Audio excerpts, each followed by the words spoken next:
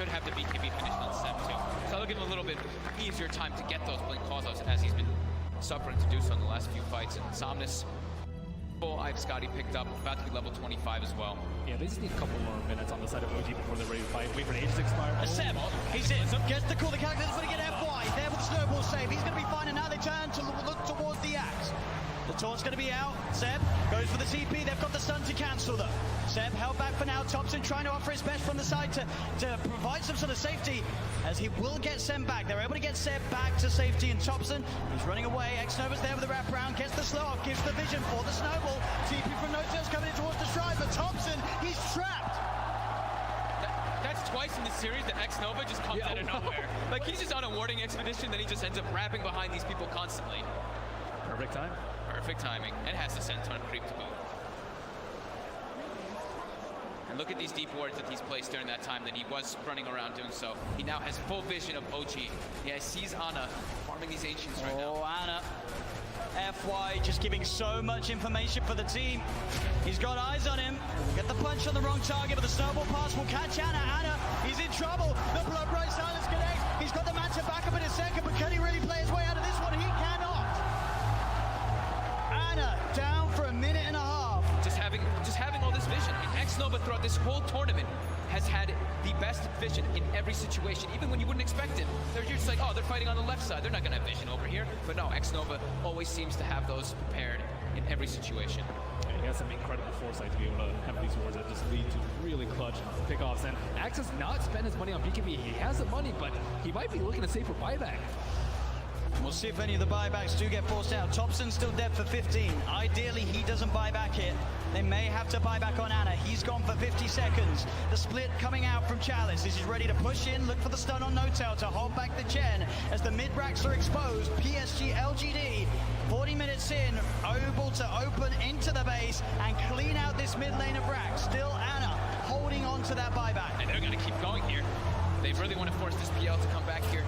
Stun onto Thompson, will blink dodge it, but another tier 3 tower falling incredibly fast. They really don't want to use it. Seb jumps in, gets the call onto FY, there's the buyback. The Cataclysm isn't enough to do anything, it isn't. PSG LGD still fighting strong. Thompson getting focused by Somnus. Seb taken down by Arme. The triple buybacks now out as Ana in trouble. He's pulled back for this one. The deafening blast onto the three of them, knocks them back, but Ana gets focused. Seb, he's in with the call. He has the control onto the morphing Somnus. Now being chased by Thompson, blinks in with the cold snap. The PL army's on top of it. They get Somnus too. As OG, they have to expend 3 buybacks, but they hold on to the top rack. Somnus now down for 2 minutes. No buyback available on this Bloodseeker. Yeah, he's 400 gold short of it. It's up in about 8 seconds.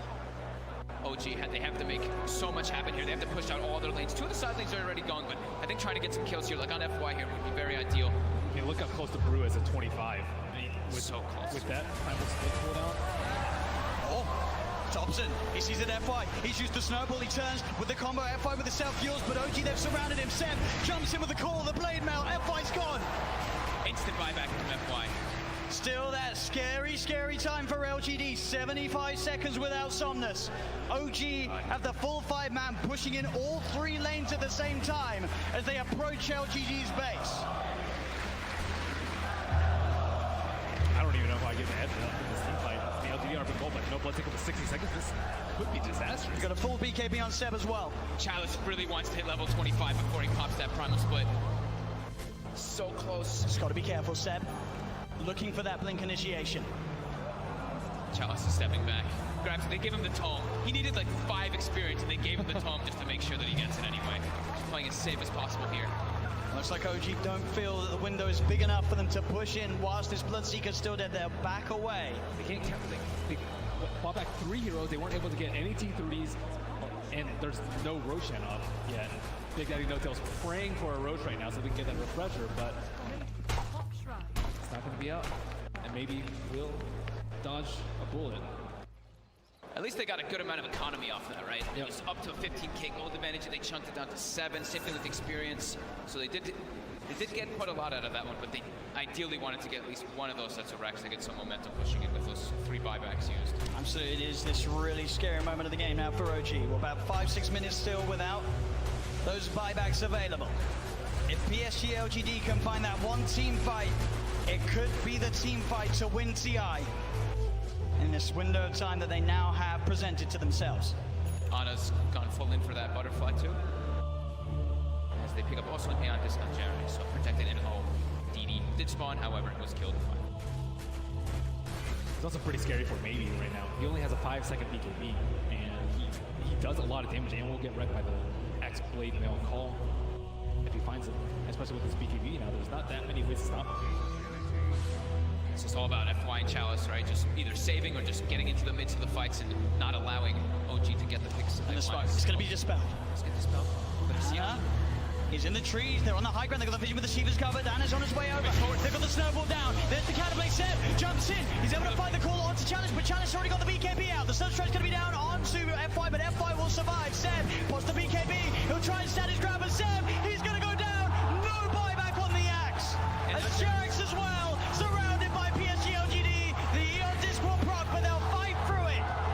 He has to buy back immediately. Look at these creep dragged by these Force Spirits. On the bottom room, they have no creeps in the mid lane. Sienna still holding on to that buyback on Jarex. But as Ben said, the creeps aren't here. It's backdoor. Can they breach through it? It's not looking like it right now. Maybe everyone hitting the same one.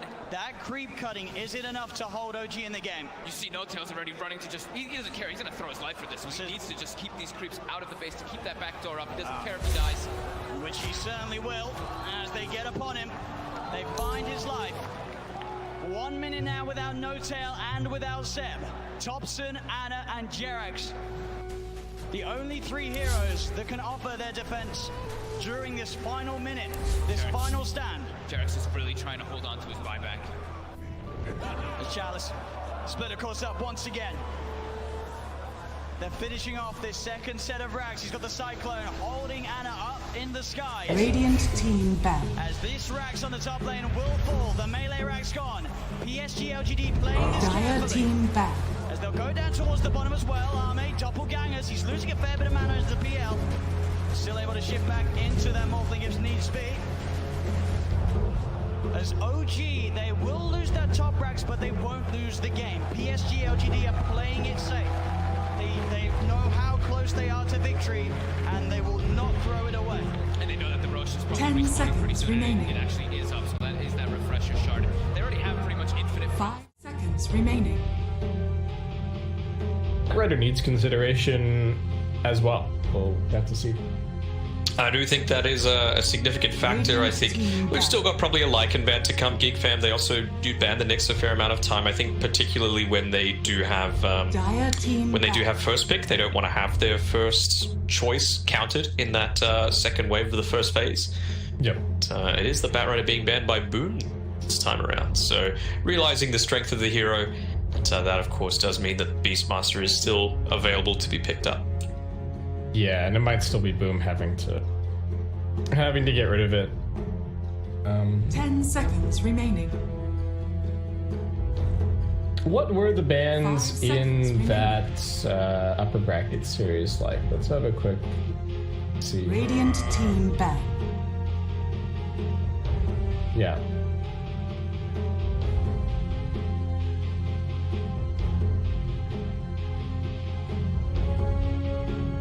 So Yeah. we So- could still see that one come out. Yeah, so like the only thing that was consistent was that Boom banned Dragon Knight in all 3 games. Yes. Other And than maybe- 10 that, seconds remaining. they got Ursa. Yeah, 5 so seconds Boom remaining. got Ursa in game number 1, and then it got banned games 2 and 3 after Boom won with it. Dire team pick. So actually, Beastmaster going to make it all the way through. Clop going to be the ban, and then the Kunkka also being banned out. So Radiant team if I'm angling for the Beastmaster, yeah. It does seem like there's starting to be a little bit of chatter around this, like Kunkka being the kind of the Beastmaster counter, or this being like good against Beastmaster. So Yeah. setting themselves up a little bit more If Boom want the Enchantress, they can take it, but that is about the 10 seconds remaining. only thing left. And we've already seen this idea of if you pick the 5 Beastmaster and they seconds take one of remaining. these supports, like the Enchantress or the Chen that's supposed to counter you, then you just stick it mid instead. Yeah, I mean, Boom banned the Enchantress in all 3 of their games in that upper bracket series, so clearly they're a little less strong about playing it, but we saw them just break it out there for Kezcute with Fanatics, so I think it's perfectly viable to come out. Seeing something like an Enchantress Nature's Prophet, I think, is a good way for them to go here. Yeah. To go for the Ench, they've got themselves another 30 seconds ready to decide what they want to go for as the secondary grab. Just feel like NP's solid, right? Like, they've gotten rid of the Barrow themselves, they got rid of the Queen of Pain, so that's 2 heroes that really don't care about the Sprout for that form of teamfight control. And you could use it to relatively reliably join these teamfights when a Beastmaster goes for these early pickoffs. You know, the 1v1 situation can suddenly become a 1v2 if you're quick on the finger with the teleport. Yeah, I definitely like the idea, and I think the other thing that I keep coming back to time and time again is talking about, I don't think you can let one team have one of these like insane pushing heroes like the Beastmaster and then not get something for yourself to at least be able to try and trade. Because it means that at least if you've got one of these pushing heroes yourself, it means that even if the laning stage doesn't go perfectly, when they go to push with the 2 supports, you can just go somewhere else and push and like force trades out. But instead, Boom may be taking a little bit more of a fighting approach here and are going to go for the Pangolier, a hero that was almost completely ignored in our previous series, I believe. I think it wasn't even banned out. With Boom, they prioritize FBZ for being able to play it, so not quite like your teams like your TNCs, and even Fnatic have been known to put it on the position 4 just for a little bit of that extra versatility, but Geek Fam are going for the Mirana. So this honestly from Geek Fam feels like a very Boom draft that's coming through. So with that, obviously it's quite strong, but Boom should know how to deal with it, given that, you know, these are the types of heroes that they do play very strongly in that combination. Yeah, this is a very, if this ends up being kind of the dual offlane, this is a very kind of potent and quite annoying dual offlane from Geek Fam. How has the Mirana mostly been played from what you've seen in this event? Has it been I mean, 4? It's been basically only 4 so far. It's been used when you've got something like a Chen or an Enchantress that you just want to get rid of those creeps really quickly, and as well they've picked it when you've got a lot of setup stuns to be able to do work. So for example, you've got the Beastmaster, obviously it's a really obvious one, but Witch Doctor and Ursa are 2 heroes that are also paired with it quite well. Won't be able to play it this time around because they banned it out, wanting to prevent this style of draft from Boom, but I wouldn't be surprised if we saw some additional form of crowd control come out from the remaining support for Geek Fam. Team pick. The Lycan Band finally kind of coming around. Geek Fam continuing to protect the Beastmaster, I think, a little bit more against some of these like core laning counters. The PA pretty decent at dealing with the boars with the dagger, and you've got the blur as well to help you out against the harassment. 10 seconds remaining. Well, we'll just have to see. 5 seconds. Is the Mirana also here? Is there any thought to like, oh, if we put the Beastmaster off lane and they're stealing our boars, we'll just arrow the boar once it gets once it gets taken?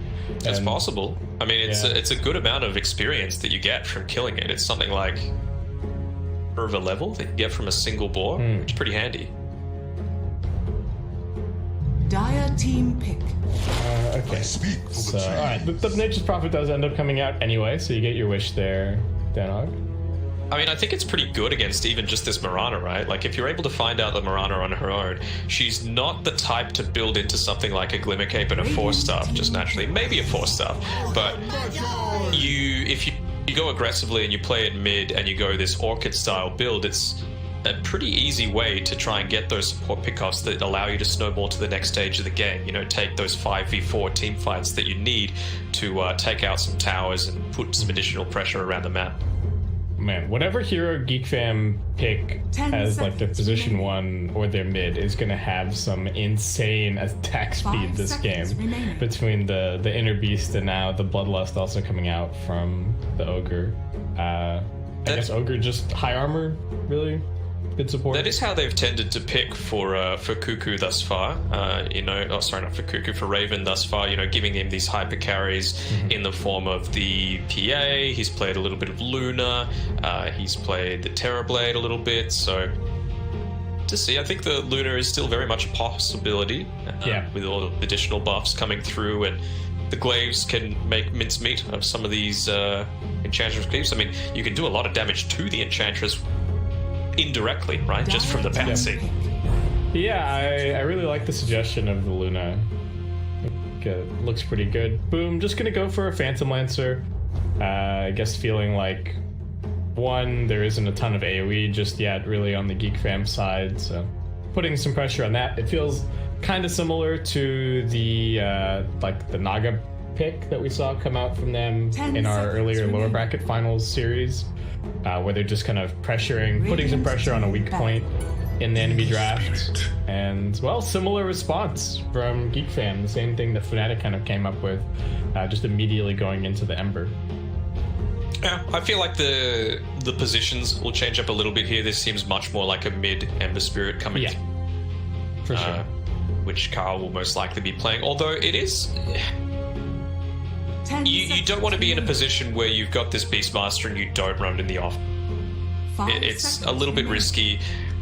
Carl does play Beastmaster mid, but tends to be when they've already got a draft that's heavily focused on pushing, and right now they don't. So I feel like these flashy, elusive style heroes, it's what fits Cuckoo's playstyle very well, but it's just not good enough to be picked there. And I think you want to build up into something like a Maelstrom this game, obviously, to deal with the Prophet Treants, the PL Illusions, and Enchantress Creep even, potentially. Yeah, I wanna see the Ember Spirit on the mid lane. 5 seconds remaining. I'm with you. I think that's a much better laning allocation for them. But we got the Troll as the ban, Necrophos being removed. Could we still see the Luna here? I don't know what else you go for parry wise in this spot. If it was a different patch, I would maybe say Sven, but hero just seems dunzo, so 10 seconds. Yeah, give it a little bit of time. Maybe if there were still 4 ancient camps on the map or something, but those days are gone. Thinking it's a position 1 left for Geek Fam, this hyper carry style. I feel like Boom are going to round out their draft with a Shadow Fiend, just personally. Gives them some good push. You can get through the Flame Guard relatively easily. You can even build into a Yule Scepter to dodge out some of these ganks that might be coming your way. It's alright, and it can, again, shove... No, you're gone. And you're back. You're gone. Oh, sorry. Yeah. Am I back? Alongside the Nature's Prophet, sorry about that. Radiant team pick. Oh, Spectre, okay. Well, we talk about hyper carry, that's one. Yeah, so we've gotten towards the tail end of this draft, and both teams kind of hunkering down onto a little bit more of a late game approach. Boom. What is the option going to be here? I guess it depends on what they're thinking about the Prophet, what they're thinking about 5 seconds remaining. the Pango, but more than likely just gotta be their mid laner here, right? They got very little time left to decide, You may now and they're gonna select come your back with a heroes. Doom. I mean, Alright. Prophet, if you're going to go this style where you're going, heavy gank potential, you want to get an Orchid or perhaps a Mechanism early on as this Prophet, it's that they did have the offlaner potentially still there to pick up, and it means it will be a Hyde Pangolier come. So something a little different from Boom, but now's the time to pull out that sort of thing. Grand Finals, try and catch them off guard in game number 1 and give yourself that momentum. Yeah, I mean, I can definitely see the Doom on paper here, right? The ult is going to be very useful against the Ember. If you ever build into an Ags, that's going to be pretty huge against the Spectre. 10 seconds remaining. So I don't mind it from that perspective. It's also just going to be like a good pressure hero for the lane. But have to see how it ends up working out. So they do end up moving the Nature's Prophet over to mid, maybe give them a little bit more presence, a little bit more pressure. If they do get the early game going well, then they can take some early towers. Even just devouring a Dark Troll Summoner can be really nice against both Zephyr and Carl here. So, yeah. Yeah. All right. Based off this, game one, this is what's going to set the tone for the entire best of 5. Who are you feeling?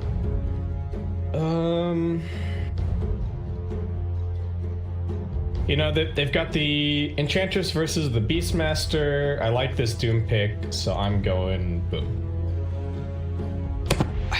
I like both drafts, really. Like, Geek Fam, it feels like they got kind of exactly what they wanted for them. It might not, like, they might have let through a couple of things that make them go, oh, you know, that's a little bit unfortunate, but I feel like the heroes that they were able to pick up, they're very happy with. So, all right, counterpoint. Boom rhymes with Doom. What the? How'd that happen? You stew on that one. I'm not even going to respond to it. I'm just saying. All right, let's get going with our grand finals, guys. For battle. Boom coming in with all of the momentum. Geek Fam going to see if they can put a stop to it. They did beat them by a decent margin in the winner bracket final, and we'll just have to see who's learned more from that encounter. Raven not starting with a whole lot of regen here. Already has the one Sage's Mask picked up. What else do we have going on? Pretty good, an Orb of Venom picked up for White Mon. Maybe looking for a first blood down here. Yeah, I mean, it feels like this is the new meta, at least within Southeast Asia, right? You toss both supports as well as the offlaner into the offlane. Try and get that first blood against, well, we can see on the top side, Raven, he's up on his own, and Dreamer Cell on his own on the bottom side. But they're probably going to be playing quite passively. Raven just sitting behind his tower, and Dreamer Cell, he's close. He's already placed up this Reserve Ward and backing up to be able to block out the creep wave from the very beginning. I love the all chat currently. 7 Indos in one game. Yeah, in grand final, Pog.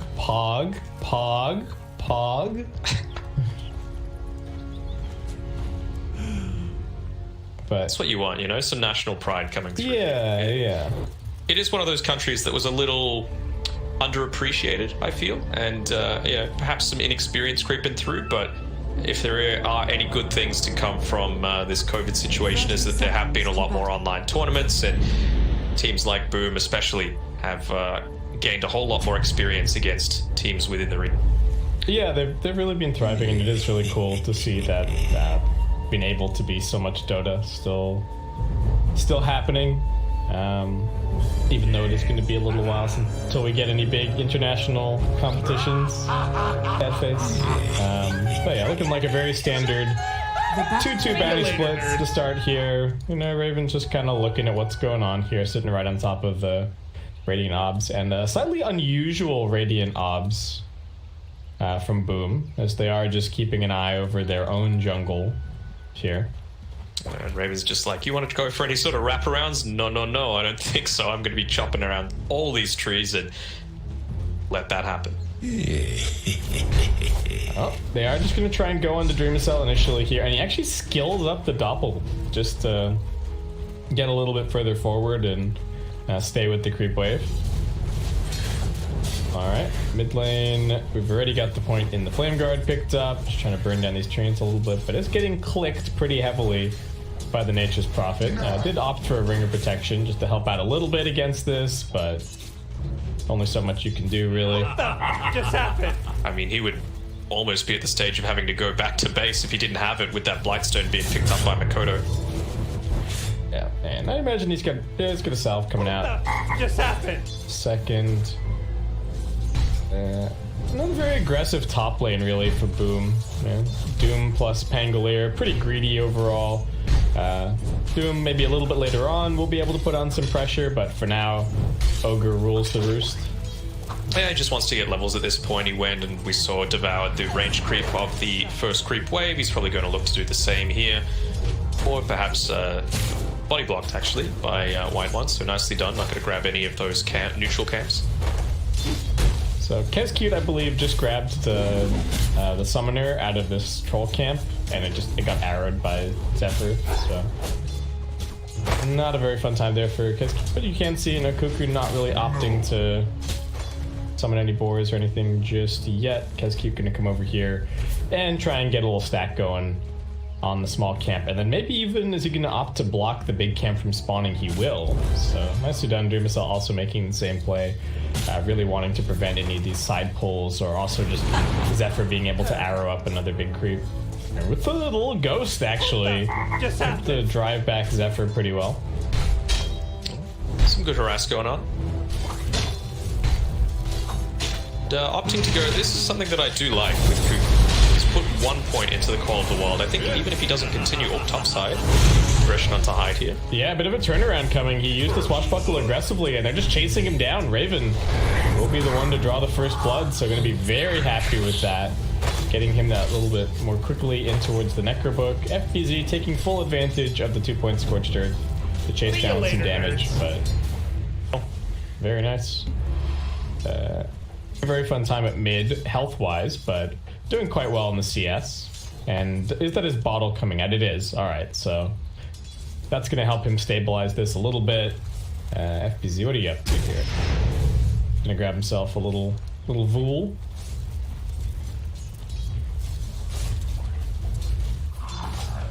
Just a little bit of extra damage for himself. Right clicks.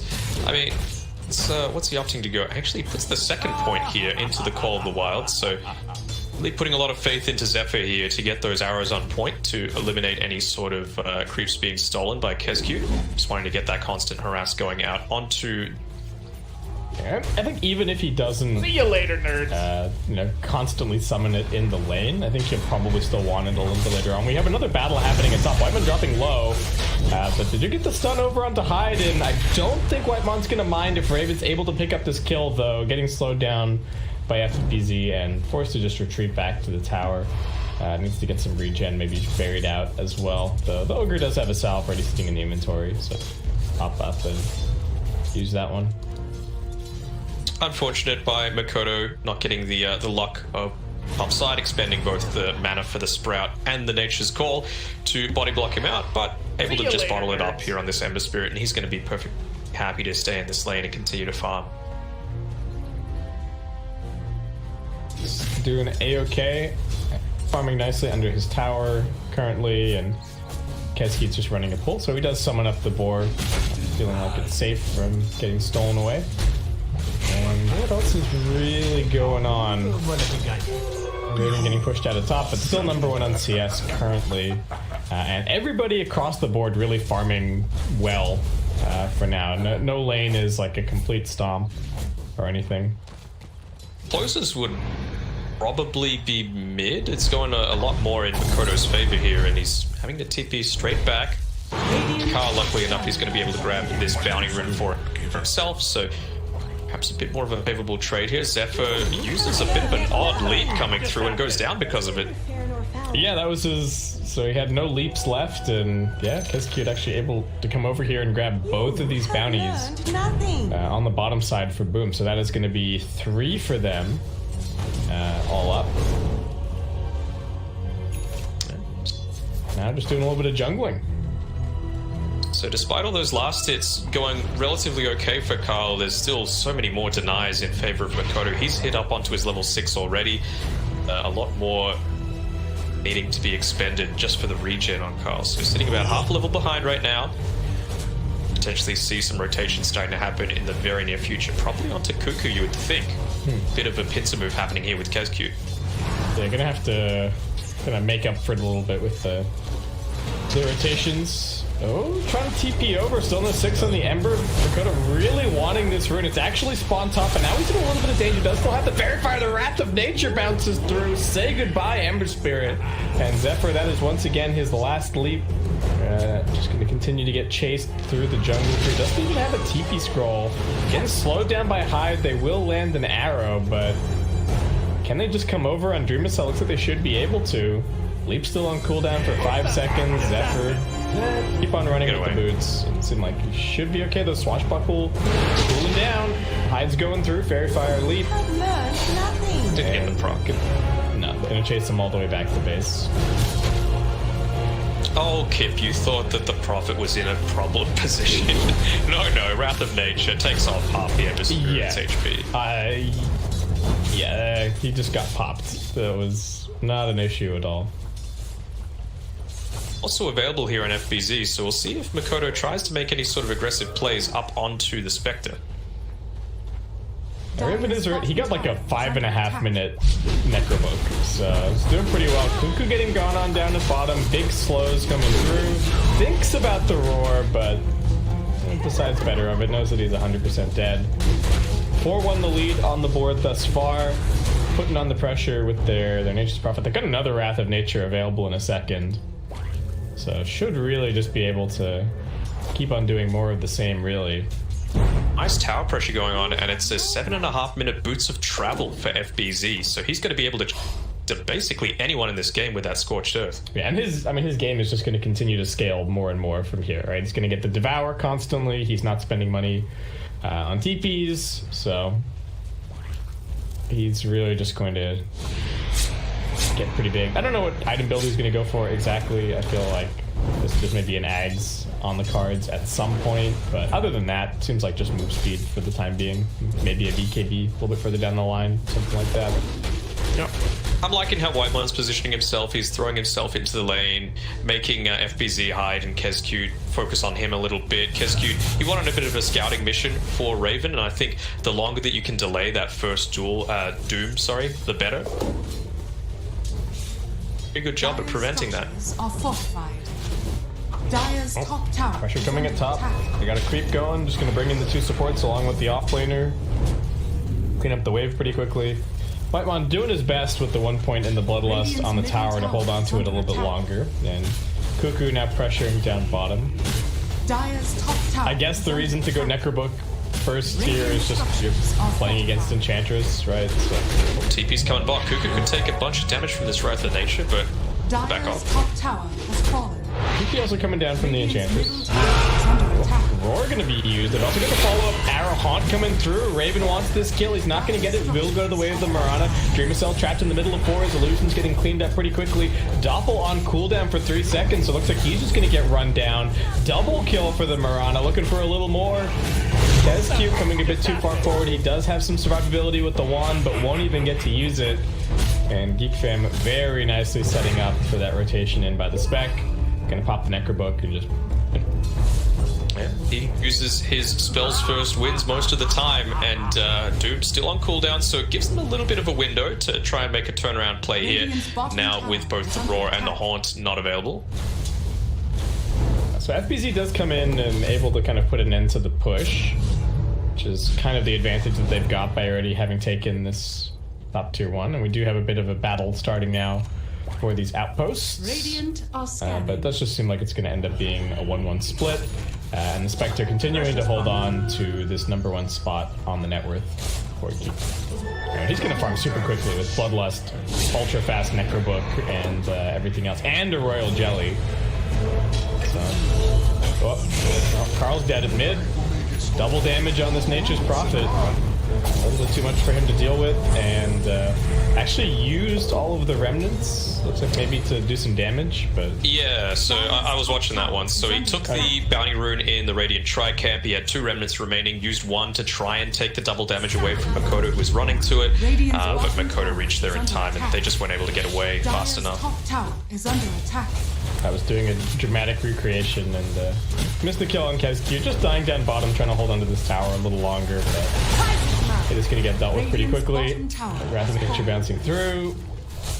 Would be absolutely hilarious if Makoto somehow died to like Wrath of Nature killing two red Necros this game, but I don't know if it's ever going to happen. We'll keep our eyes peeled for it, and really important that they open up this Radiant jungle area a little bit more. Spectre's probably going to chill down here for the next little while.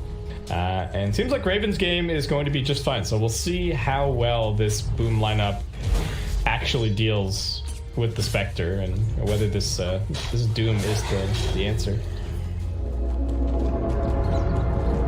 Seeing FBZ rotating around a lot, and I know we mentioned before he's going to be able to scale so effectively with that boost of travel, especially picking it up as early as he did, but I just feel like he needs to be making use of this Doom a lot sooner than he has. You know, there was a period of time where there was a minute where both of the key ultimates on Geek Fam weren't available, and he's just been sitting back playing a little bit too passively in my...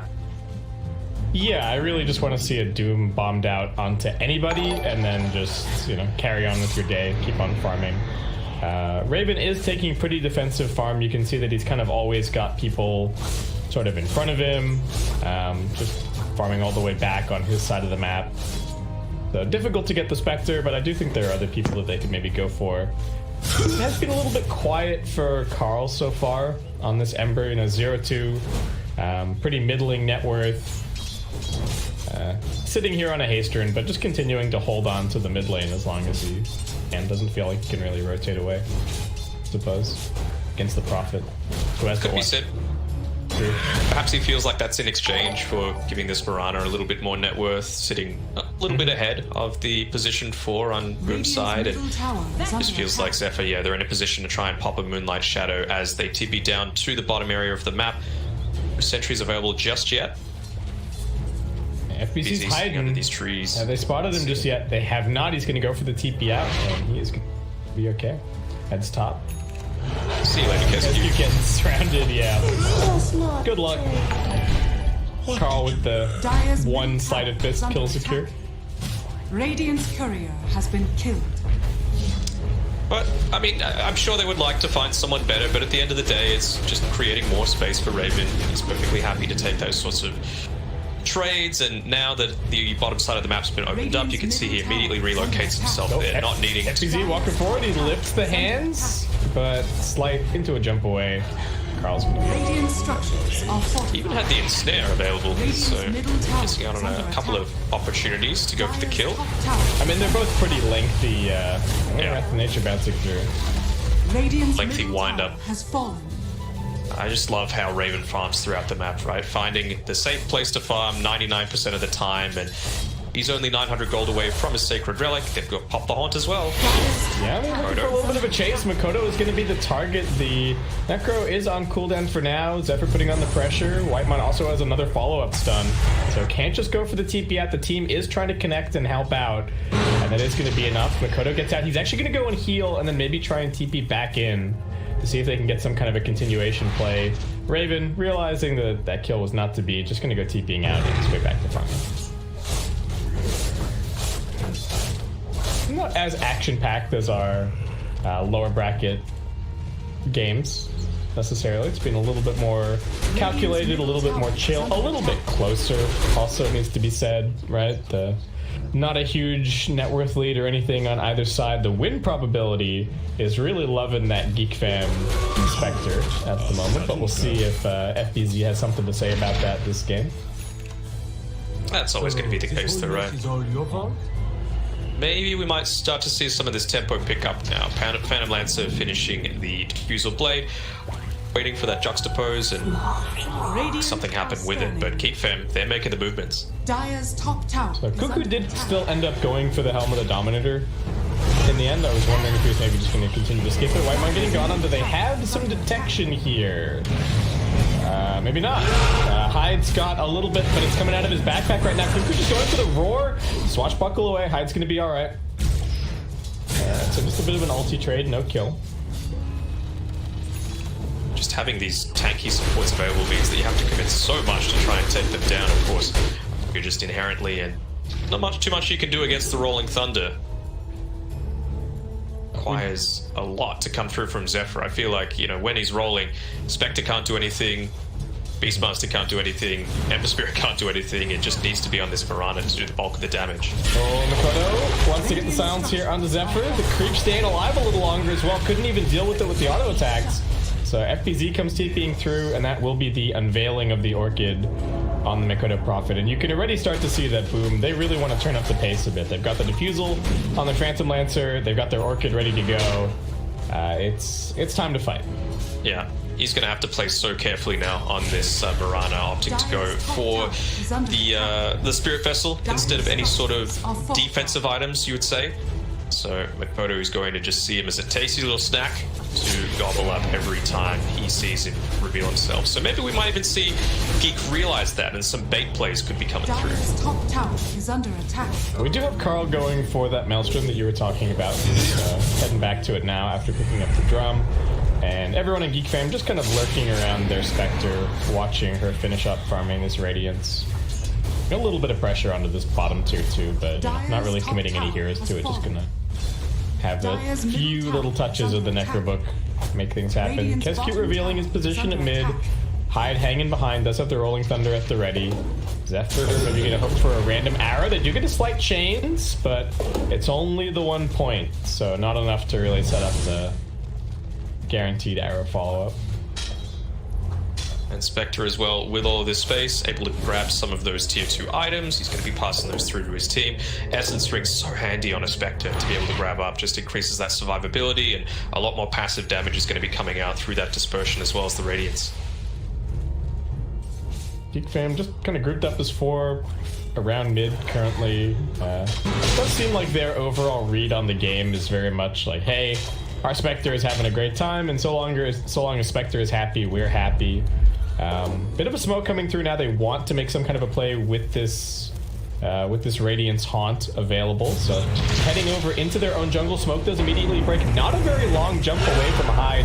Just going to go for the Rolling Thunder. Somebody get roared. Can they just auto attack him to death? Yes, they can. They got 4 heroes here. Maybe not the target that they were necessarily hoping for, but they can just do that again. They've still got the Haunt up their sleeve. Yeah. Even transition this into Roche. They don't have the strongest right click just yet. Yeah, might be a little tricky. Maybe once they've got the Manta up, then I think it's super easy. Yeah. I think the priority right now is just a bit more about defending their tier 1 tower so that Boom don't have that potential if they go for the pick-off. As much as I think that this Doom pick looks nice, I just don't know how comfortable Boom look playing around it. Right, like FPZ, sure, he's decently farmed, and they actually managed to catch out the Beastmaster at top. Cuckoo getting brought down. All right, nicely done for Boom, but he just really hasn't done a whole lot just yet, right? And now he's getting gone out of it. They're gonna haunt in, short little arrow, nice kill, chasing for more. Kescute getting run at. Mikoto just gonna go for the TP out. He's heading all the way back to the fountain. And Raven looking to clean up more. They are going to buy back on this Doom. They really want to take this fight. They do have the outpost available. Hasted Ember Spirits just running around. And Geek Fam just going to take their lead. They just back up. But who do you catch here? I think as well with the Doom, now he's starting to build up into a bit more of those passive items. He's still holding on to the Ocean Heart. I feel like the Essence Ring would be much more viable for him, just for that instant burst heal that allows him to at least get off a couple of his spells. Are you at all surprised to see the Essence Ring as the choice over the Nether Shawl for the Spectre? I feel like we've seen a lot of Nether Shawl Spectre recently. I think, sure, for this game, for how it's been going, the Nether Shawl is just so much more effective for being able to farm nice and quickly. But when these team fights start breaking out, I think Essence Ring is far and away the stronger item, just because you want to be living for as long as you can, especially against a PL and the Treant with all of those minions and... Dreamercell just going for a more, I guess, hero-oriented build here, looking towards the SNY. As Boom, after the Haunt's been used, are just going to head into the Roshan pit. They find themselves a nice little double damage for their trouble. Zephyr's going to come over and hurl an arrow in this direction, but I don't know how much they're actually going to be able to do. They're running over. Whitemon maybe going to try and face tank this a little bit. No, Hyde just coming straight through with the Rolling Thunder. They get some boots of travel also being picked up for the Beastmaster here. Roar you gotta use your the Tango. Doom getting used out of the Beastmaster, but I think he can just walk this one off. Raven hanging back, waiting for his opportunity. Dream himself trying to force it with the Aegis. They do get the silence onto Carl. He's in a little bit of danger, but he's also just walking away. The lockdown is not here for Boom, and they're just getting burned down by Radiance, by Flame Guard. Dream himself might be about to lose his first life. They are getting a little bit of a turnaround here, but can they get... Oh, Arrow's actually still on cooldown for now. So they're just going to stand right on top of him, get the chains out and meet. Double for Dream himself. Let's get the Doppelganger out. They're actually still focusing onto Raven. Raven gets pushed out of his dagger in the end, and now just dead. Kind of separated from the team a little bit. Now Boom finding their opportunity. 2 cores dead. Can they look for a little more? White Mon looks like he will be saved by the Moonlight Shadow. Such a difference having the Doom available. Takes Carl completely out of that team fight and going for more. They did use 2 buybacks on Boom, in fairness. They did kind of replenish their forces a little bit to try and defend the Aegis respawn, but it worked. Yeah. It killed Spectre, so cannot complain. Not ask for much more. No, certainly not. And Phantom Lancer just going to be going into a Satanic next, so very survivability-oriented build. FBZ, like you were mentioning earlier, so just kind of going for this pipe. It's fine, you know, like you just want to be able to tank up a lot of that damage, get a few of those burst things available. He has gone a faded brooch as well for himself. I'm not sure if that's the go. Forward. Cuckoo. It's cute. Sell. Oh, they found it. Actually got the real one. All right. But straight up lockdown. He's going to go for the doppel, but the real one is still here in the middle of everybody. I think they figured it out. All right, going to keep the lockdown going. He's now dead.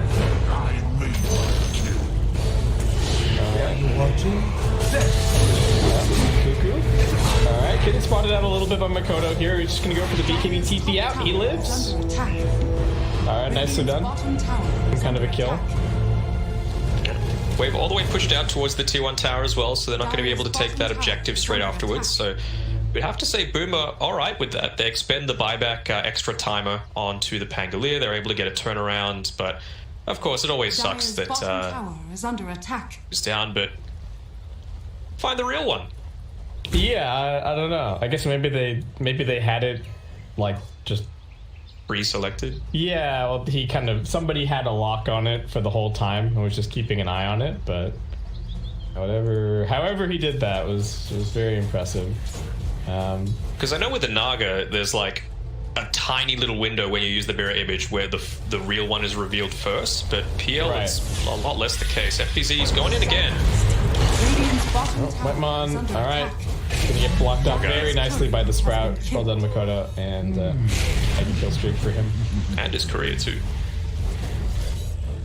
So this game does really feel like it's just gonna... One, the Ember's not farming all that well, so it does kind of feel a lot like it's just going to come down to whether or not the Spectre is somehow going to be able to win against the Boom cores, who are all itemizing, I think, to deal with Spectre currently, right? Like Makoto's got a full Silver Edge queued up. We got BKBs being bought. We've got the Satanic for the Phantom Lancer, so he can just latch onto the Spectre and not have to worry about the damage coming back the other way. And like, even the pipe for the Doom feels very anti-spec. And I mean, fair enough. She's the only hero really having an amazing game on Geek Fam, so. Yep. You've enabled your own survivability, and of course, like you mentioned, that effectiveness in team fight to be able to deal with the Radiance burn that's constantly coming out. It's another 10 or so seconds until Raven's going to be able to do that again. It's more positioning himself very well, farming down on this bottom side. You've got complete vision of Kescute with this not 100% conventional ward. He's able to just continue pushing this out. The rest of his team, they group up together and they go for... Not smoking just yet. They're going for something. Yeah, they're just kind of walking at him currently. Bounties. Yeah, they're trying to invade for the bounties. FBZ can immediately throw out the Doom onto the Beastmaster, but he's not locked down. And FBZ actually tanking an arrow, taking a decent amount of damage. Looks like White Mon is going to get cleaned up. In the back lines, they do manage to finish off the Beastmaster. Carl and Makoto with a little bit of a stare down. They don't want to get too close to that Orchid. And with the Haunt available, Geek Fam may be looking for a slight opportunity, but this fight's over at this point. I'm pretty impressed by Zephyr. The fact that he hasn't been constantly dying with this early Nature's Prophet Orchid means that his positioning's been fantastic. He's been farming where he expects they don't have vision, and now he's got the presence of mind as well to go into the 4-star. So even if he does get that initial initiation, you're able to get out of the Sprout and hopefully run away. Yeah, he is farming pretty nicely, and I do feel like the Mirana going to have a little bit more impact than, say, the Enchantress later on in this game.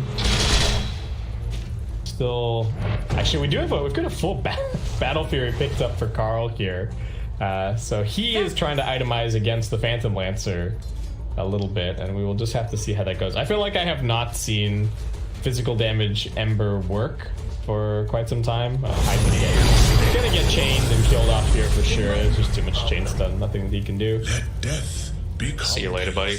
Boom. Make a beeline for the top side of the map. Yeah, Geek Fam looking for a little more. Get up onto this high ground on the Kezcute, who is just kind of standing there. Nothing to punish that at all. So Geek Fam just with the 2 quick kills on the supports. This is usual. And the mid lane pushing in too. So Raven playing with his team for a change, which is not ideal as a Spectre. You always just want to be able to maximize the effectiveness there of the farm, but TP'd straight away. He's going to hit up onto his level 20 soon, and that 400 extra health with the Essence Ring, with the Manta style and the Radiance, start dishing out the hurt in these team fights very shortly. Yeah, he just continues to get bigger and bigger, and that's another nice thing about the Geek Fam lineup, is that they aren't too susceptible to Nature's Prophet split push. So as I say that, Nature's Prophet is waiting here on top of Carl. Silence comes out, force that, helping him a little bit to survive, and now trouble for FPZ. Losing half of his HP before he can do anything. He tries to TP out, but Zephyr just cleans him up with the arrow, hides looking for him, but the leap away, he's going to be just fine. We do have a BKB TP for Makoto. Hide, knowing that he's dead, just wants to finish this kill, but it's not going to happen. Geek Fam getting 2 and losing nobody. Just a little bit too keen. They went in with 5 seconds left on the Doom cooldown, so weren't able to get that 100-0 initiation and paid the price because of it. Yeah, just... I guess it looked like an okay move. I don't know if they'd revealed the Shadow Blade just yet, so maybe hoping to catch Carl unawares somewhat, but it's going to be more time, and this Ember's starting to climb up the ranks a little bit. But we've seen like 2 Dooms used, and they've both been on Beastmaster, I think. And they've gotten some kills, but hasn't done a crazy amount necessarily. Yeah. I feel like they needed to do more early on, even if it was only the Mirana getting caught out with it, right? Like, it's still really impactful. We've seen that Zephyr's been able to get a decent amount of farm for himself. Now he's got that 4-star, he's completed the Spirit Vessel. Anything beyond this is really low. We do need to keep in mind, Dream Cell's been fun, right? So, as much as Geek Fam have been getting the better of some of these little trades here and there, with supports dying, and even the occasional offlaner, for the most part, the big cores have just all been farming this whole time, and each team does have a pretty fat position 1. So still very close by the metrics, less than 1k net worth, XP slightly in Geek Fam's favor currently, and win probability still pretty steadfastly over on the Geek Fam side. But it could even be a game where these neutral items end up being the big decision makers in a couple of these fights. What do we have picked up, actually? Got a Sliver, Quickening Charm, and a Paladin Sword on Boom. Now we've got Quiver, Orb of Destruction, Titan Sliver, and a Telescope on the Geek Fam side. I'm liking the timing there for Geek Fam, opting to just group up together, make sure they secure that tier 2 tower. Now that means that Boom, they're probably going to feel like there's a lot of vision inside their jungle. They won't feel confident to try and contest this bottom outpost, and leaves Geek Fam free to try and make a play if they want to. Do you think Geek Fam's current read is that, like, which team do you think feels more confident in their late game? Like, who? Spec. Has to be the Spec. Right, at least for right now. Yeah, I'm wondering how, do things change when we start talking about like 6-slotted PL? Is it different with level 25s? Is it different with level 30s? Do you feel like is one team looking at one late game, and the other team is just like even thinking past that. I mean, I feel like Boom have given themselves a chance with, like you mentioned before, with the Silver Edge, the way that they're itemizing, even just the way Nature's Prophet is choosing to go for his talents. Smoke, they got the Hawk. But alright, Smoke gets broken on Cuckoo. I don't know if they've broken anything on the high ground. Kezcute does get revealed. Everybody else still hidden. Spectre just pushing at bottom, does have the Haunt to come in. And that's always going to be the ultimate vision advantage for them. It's going to take a second. Carl back to farming. He is working his way towards the Lincolns. And it does seem like we will have a moment of calm once again. I think the calm will only last for a short amount of time. 300 gold away from finishing up that... has he gone for a heart here on the Spectre? Yeah. So that's going to be the real danger. Roshan is up. Both teams are aware of it, having scattered it out with the swashbuckle, as well as having the Beastmaster Hawk here. So business is about to pick up. Do you like the FBZ itemization here? Going for the pipe, and now going back BKB. It's okay. I just feel like his positioning needs to be a bit better. I think a Blink Dagger would have been fantastic just to enable this burst damage that's coming through from Makoto especially. Damn, Boom. Can't afford to just give this away for free. They scan it now. Alright, they send the swashbuckle in, but as Roshan's already dropping very quickly. Here comes the illusions. Raven just gonna step out for a second. Biding their time. Carl jumping forward, doesn't have the searing chains for 1 second. If they can just secure this, that's going to be huge. Roar onto the Doom. Arrow to follow things up. He's not going to get anything off this fight, FBZ. A little bit of trouble for Zephyr, but he's still living. He buys back immediately. They're looking for the Beastmaster who's been sprouted in. Dreamcell cleaning him up. Raven looking to fight. Still has 2 lives, so should be alright. Buyback also coming back in from Whitemon.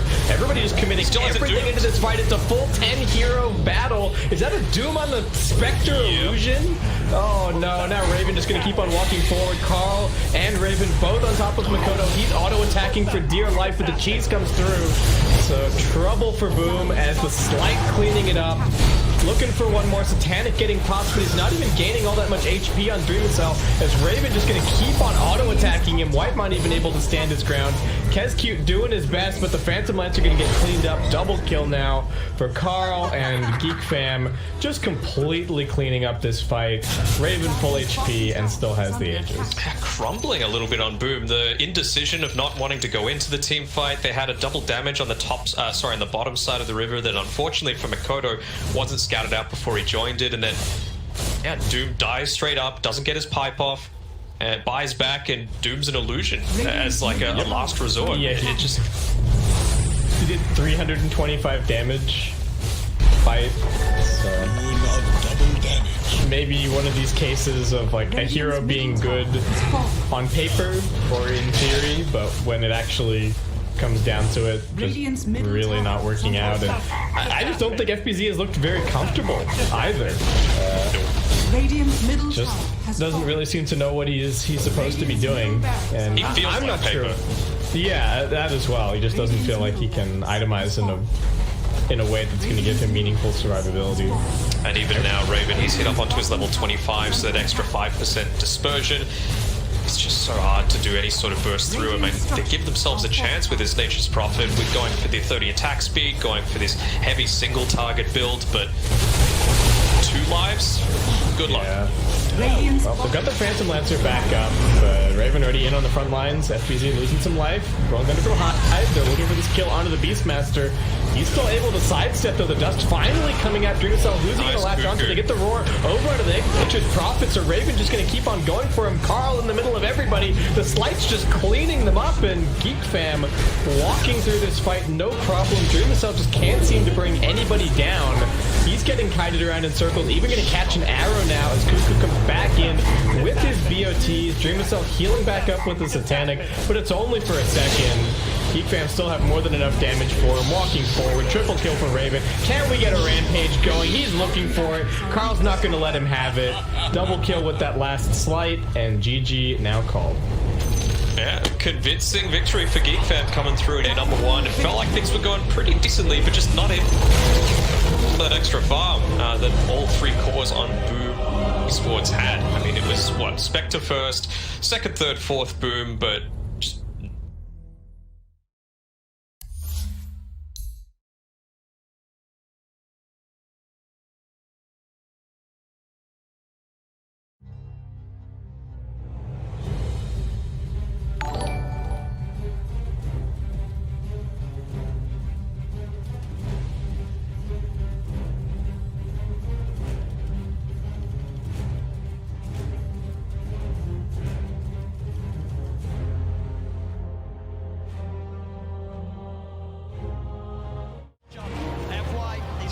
No-tail out on his own. He's trapped him.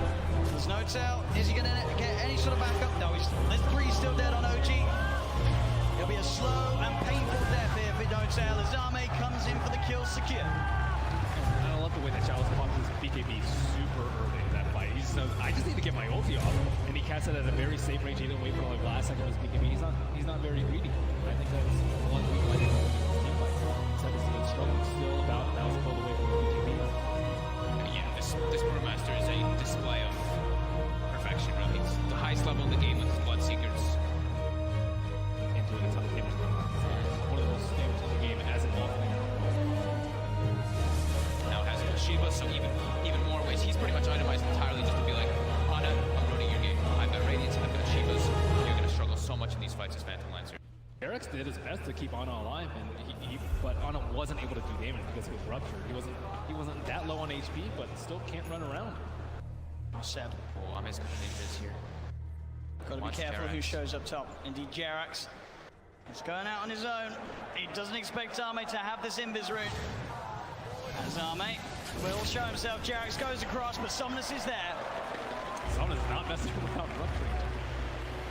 No mercy. They're feeling very confident now at this point, getting these very advantageous team fights as well as getting kills on the split push too. Thompson though, we'll find X-Nova. Seb, and as well, between the two of them, they'll take down the support edge. FY's going to come in though.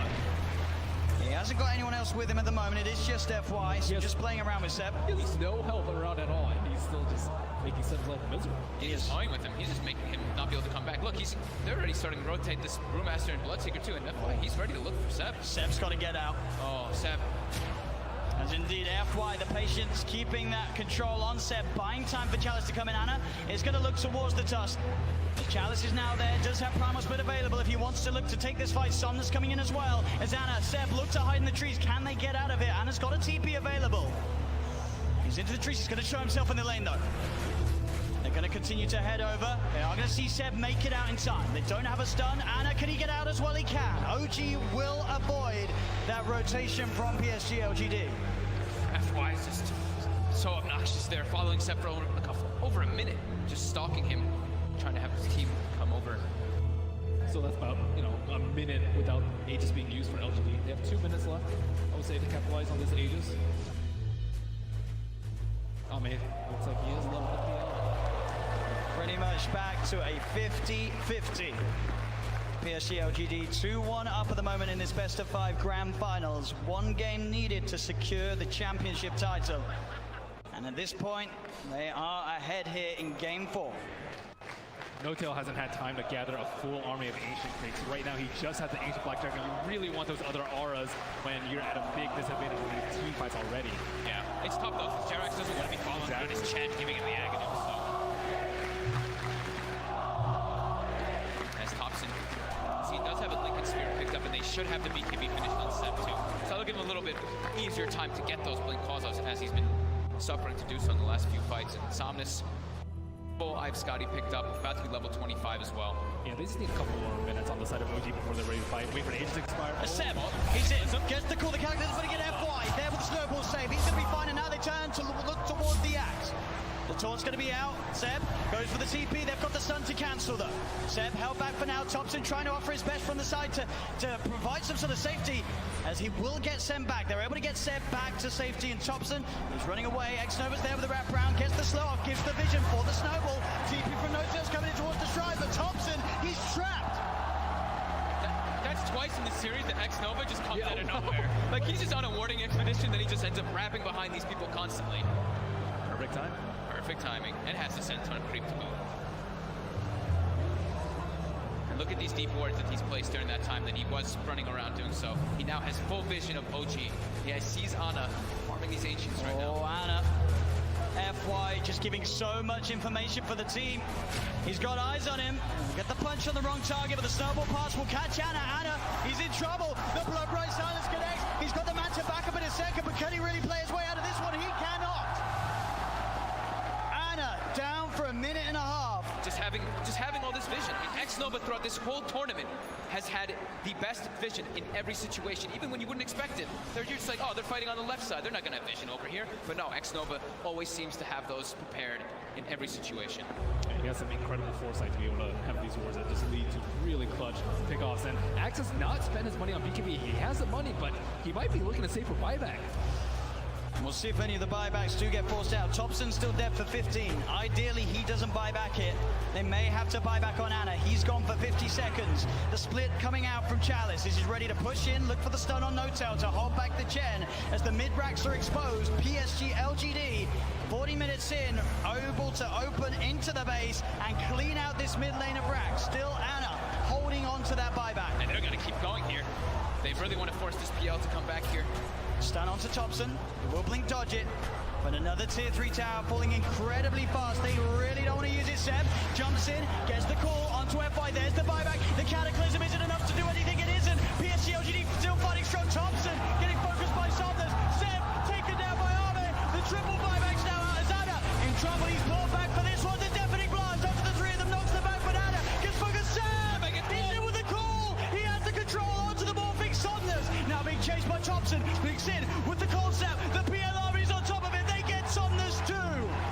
As OG, they have to expend 3 buybacks, but they hold on to the top racks. Somnus now down for 2 minutes. No buyback available on this Bloodseeker. Yeah, he's 400 gold short of it. It's up in about 8 seconds. OG, they have to make so much happen here. They have to push out all their lanes. 2 of the side lanes are already going, but I think trying to get some kills here, like on FY here, would be very ideal. I mean, look how close to Brew is at 25. So close. With that primal split cooldown. Oh, Thompson, he sees it FY. He's used the snowball, he turns with the combo FY with the self-fuels, but OG, they've surrounded him. Seb jumps in with the call, the blade mail, FY's gone. Instant buyback from FY. Still that scary, scary time for LGD. 75 seconds without Somnus. OG have the full 5-man pushing in all 3 lanes at the same time as they approach LGD's base. I don't even know if I get the head for that with this team fight. The LGD are goal, but no blood take up to 60 seconds. This could be disastrous. He's got a full BKB on Seb as well. Chalice really wants to hit level 25 before he pops that primal split. So close. Just got to be careful, Seb. Looking for that blink initiation. Chalice is stepping back. Grabs, they give him the tome. He needed like 5 experience, and they gave him the tome just to make sure that he gets it anyway. Playing as safe as possible here. Looks like OG don't feel that the window is big enough for them to push in whilst this Bloodseeker's still dead. They'll back away. They can't they bought back 3 heroes. They weren't able to get any T3s, and there's no Roshan up yet. Big Daddy No-Tail's praying for a Roche right now so we can get that refresher, but it's not going to be out. And maybe we'll dodge a bullet. At least they got a good amount of economy off that, right? It was up to 15k gold advantage, and they chunked it down to 7. Same thing with experience. So they did get quite a lot out of that one, but they ideally wanted to get at least one of those sets of racks to get some momentum pushing it with those 3 buybacks used. Absolutely, it is this really scary moment of the game now for OG. We're about 5-6 minutes still without those buybacks available. If PSG LGD can find that one team fight, it could be the team fight to win TI in this window of time that they now have presented to themselves. Ana's gone full in for that butterfly too. As they pick up also an Aeon disc on Jeremy, so protected in O. DD did spawn, however, was killed. It's also pretty scary for Maybe right now. He only has a 5-second BKB, and he does a lot of damage and will get wrecked by the X-Blade Mail Call if he finds it, especially with his BKB now. There's not that many ways to stop him.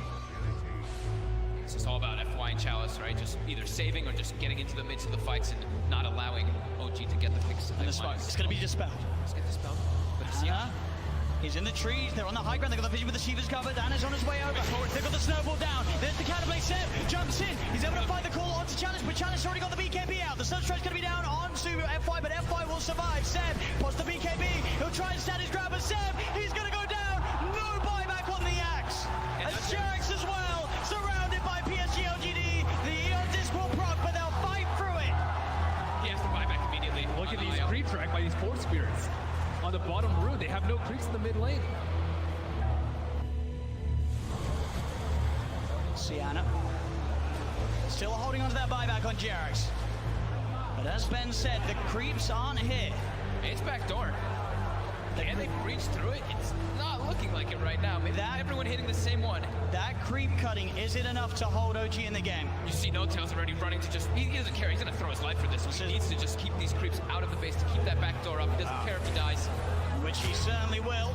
As they get upon him, they find his life.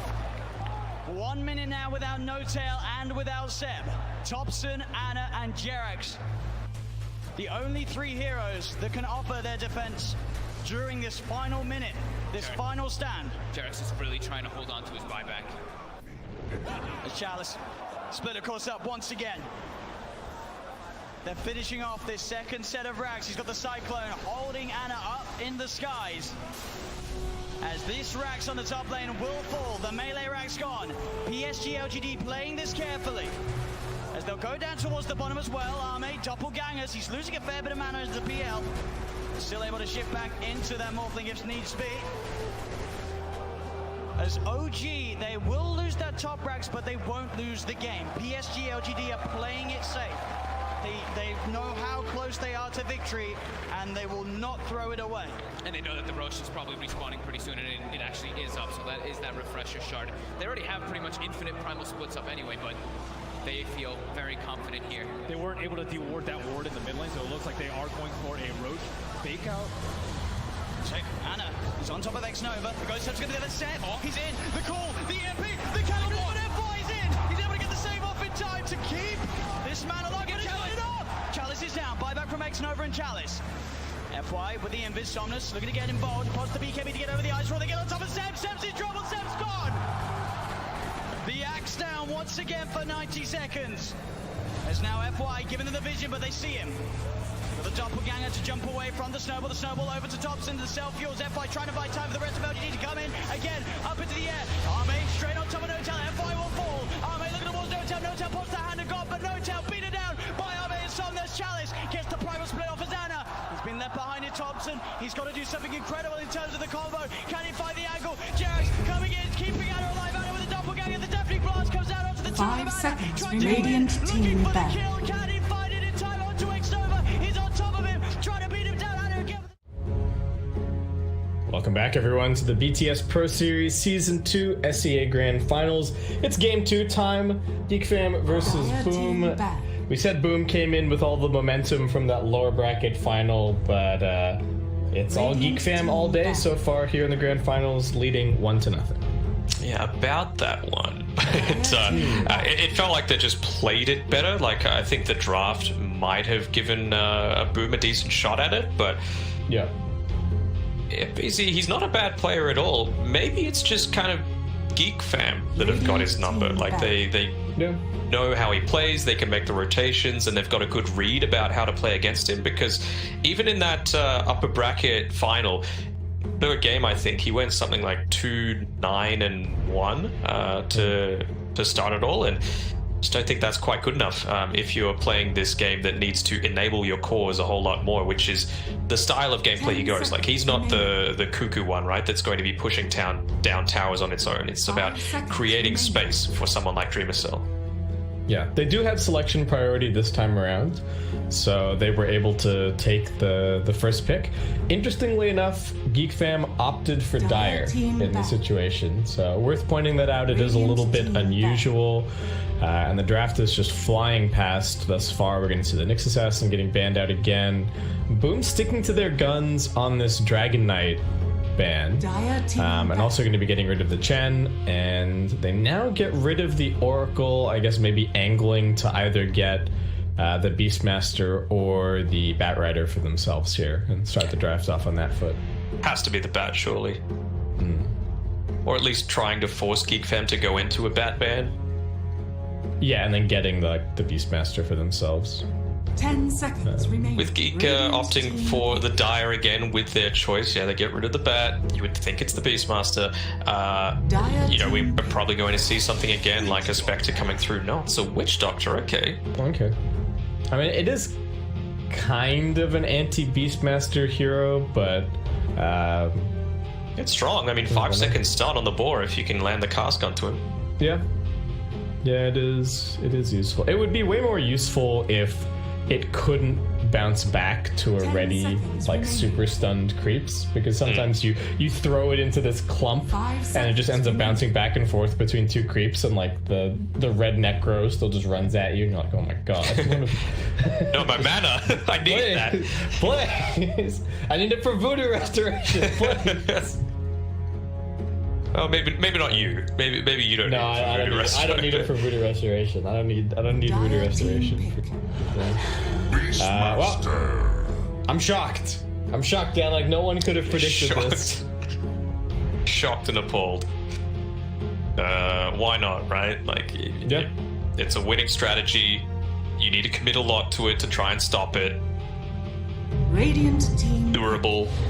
Effective at all stages, BKB piercing ultimate. What would you change about Beastmaster? Is it about making the boars weaker? Is it about nerfing the attack speed aura, perhaps? I don't think you can change Primal Roar. I feel like that. No, I think Roar is in a fine place. I don't even think he needs that many nerfs. Like, I think the fact that Necrobook or Dominator is probably getting tweaked a little bit again next patch is going to bring him more in line a little bit. And then I could even see like a rebalance, make boars slightly worse, like maybe make the level 2 boar a little bit weaker. You can leave the level 4 boar where it is, I think. Yeah. And then maybe make axes slightly stronger if you want to nerf the boars more, right? Because that's something you can always do. They could take damage away from the higher level boars, but then increase the debuff percentage on the axes, right? So you make him stronger overall on. Yeah.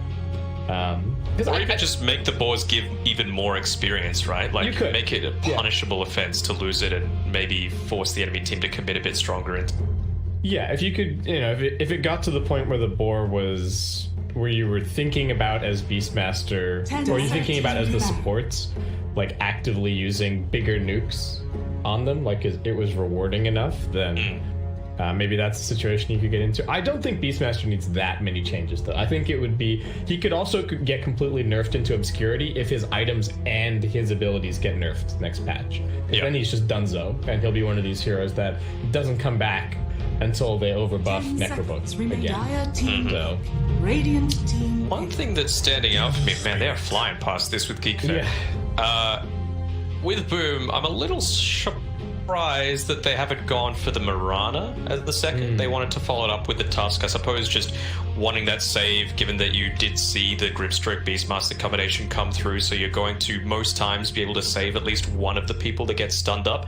They don't have the Ursula combo together with that Witch Doctor Mirana opening. And of course you've got the Beastmaster, and Cuckoo plays it really well. He's got good micro skills as well, so most of the time he's going to be able to get a body block off either with the Boar or with the Necrobook just to stop that extra form of initiation.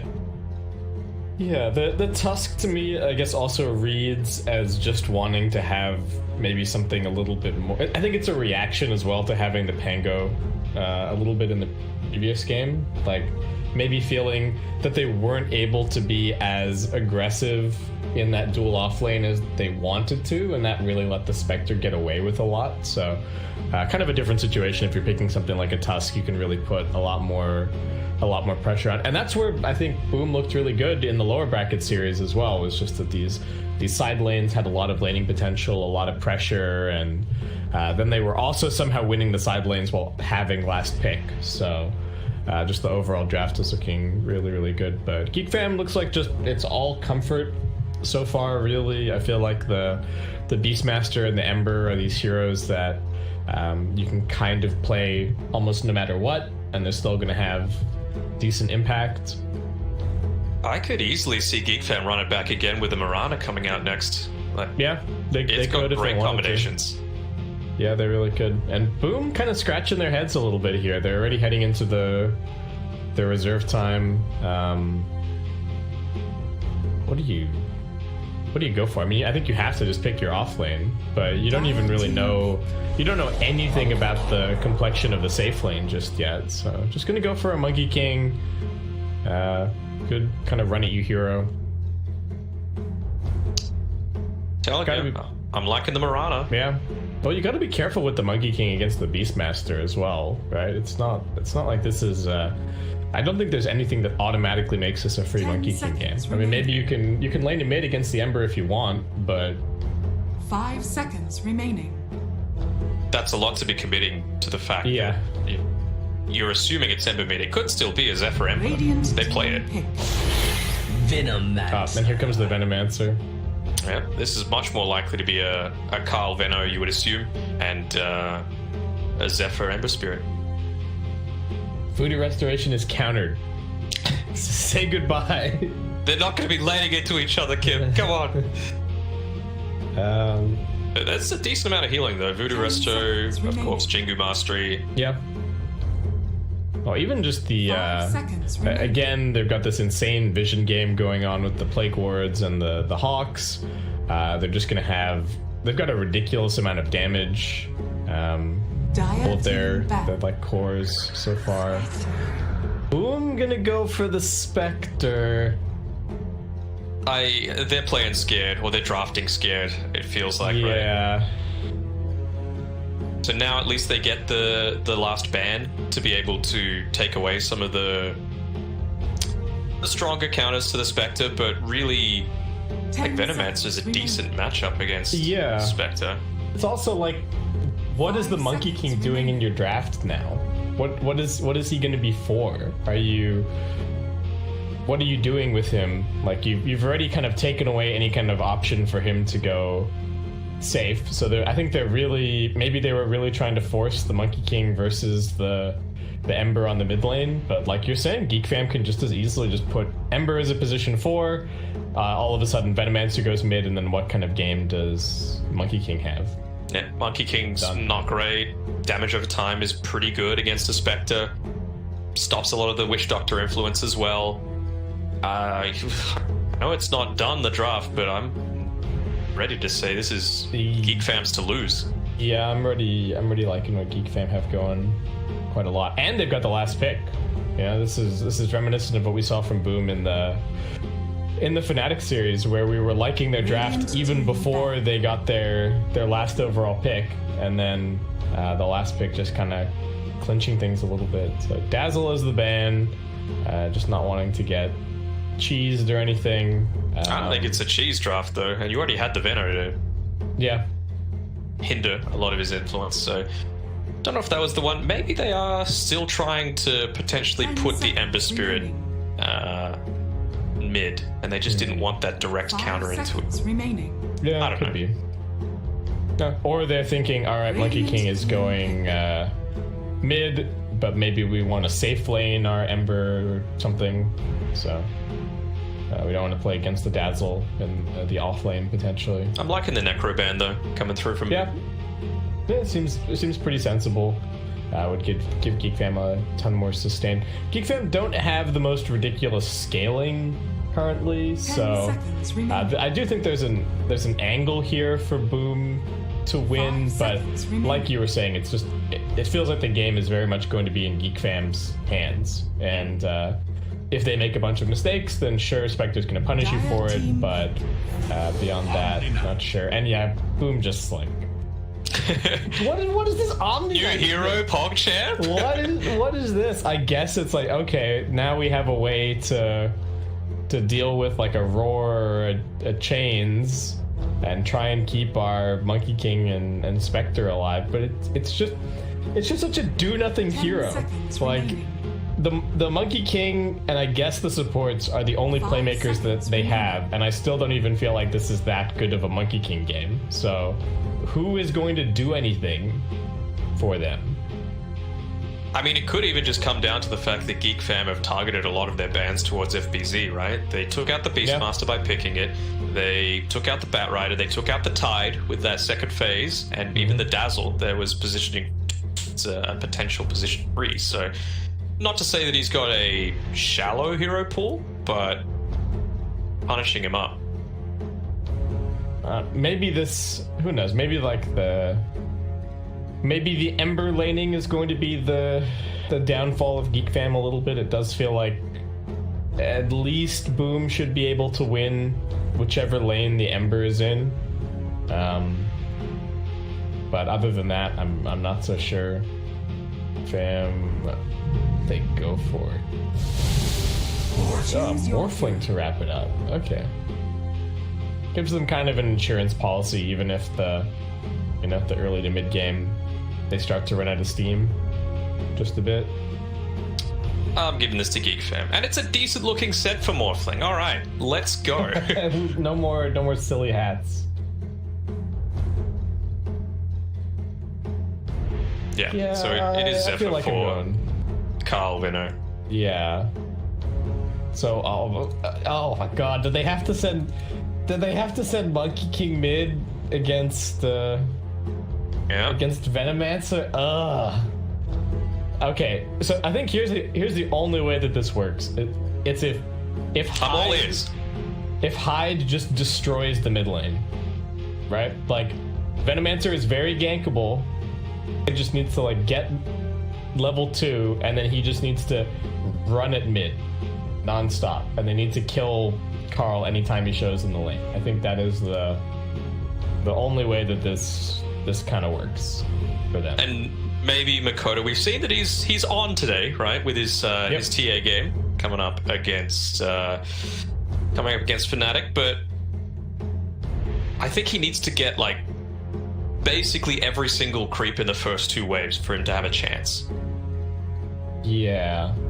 I mean, I don't have the strongest right-click damage. Yeah, I mean, I can see the Monkey King still getting some okay farm and then just being able to run around the map, but so much of this game just hinges on the Monkey King's mid-game. Like, if Monkey King is not running around and getting kills, then again, there's no playmaking on their lineup. That to see. We will indeed. I'm feeling Geek Fan though. Yeah, okay. We've got your prediction locked in, Dan. If I had the technology, I would put it up on screen for you. Do it. I'll just put the logo. I'll put your face, and then I'll put the logo underneath it, and we'll be set. Just let me know if you need me to send you any like mug shots, just to with a happy face or something like that. All right. So again, actually, Boom. They're making plays.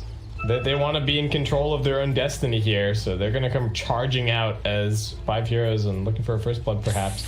Zephyr already kind of on the intercept here. Monkey King on the front lines. They are going to even go for the charge and for the boundless strike just to get this kill. They are going to get it. It's only on Kezcute, but is this the play? What, like ruining your laning stage just to get a catch onto the position 4? Is this not ruining your laning stage? I guess the Monkey King boundless strike is fine, I think. Yeah. But I don't know about ice shards on Tusk. That feels pretty lane ruining. Well, because now you're not going to have that potential as well to as easily rotate towards that mid lane, right? You would want the snowball in the tag team, preferably. Yeah, well, I think the shards can work as well, shards tag team, but also you're laning up against the Morphling, so I think you really want to just go running him at level 1. We have a big battle breaking out. Zephyr just gonna try and run for it. Cuckoo's still pretty tanky. Hyde just gonna go and grab the bounty. It does seem like it's gonna be 3 for Boom. Pretty nice for them. Kezcute losing a lot of HP. They took out the boar as well, though, so a bit of extra experience. I think Dreamer still got the last hit. But I really think you want to pressure the Morphling right out of the gate. Like, I think you just want to block the wave pretty heavily, and then just try and tag team him, force him to morph a little bit. If Raven just gets to free farm here versus the Omni Knight, eventually he is just going to destroy this man in CS. Let's check out the mid lane a little bit. What is Carl doing? He's just got the point in the poison sting to start, summoning up some bananas, having a fun time. Got all the creeps in the first wave. Nicely done by Makoto. Some denies coming through too. Dragging and blocking. Always a very nice play as the position 4. Still leave the range creep in there for a second. Nice. Keeping the aggro going uphill. What's happening up top? Wave's already pushing back, so did get it to bounce off the tower a little bit, which is going to be nice. Hyde, what is he doing? So he's going to go over and try and intercept this pull, but that does mean he's not taking any experience to try and get his level 2. Though it's worth it if he can just keep the wave under the tower. Bit pretty far up in the lane instead of letting it get dragged all the way back to the tier 1. I like this play, but I have 2. Makoto's done really well for himself in mid lane. Yeah. 8 last hits, 4 denies. Taken up too much harass. He's still got the remaining shared tango, having only used 1 so far, so impressive. Yeah, and the Spectre seems to be doing quite well down at bottom. I mean, what is the... Like I said, it feels like whatever lane the Ember ended up going to was just going to be a win for Boom. Zephyr's doing his best to use these dragged creeps to deny a couple of waves and securing Cuckoo's game that way, but he's never really going to go and play the lane directly on this. And Makoto getting some good denies going to mid.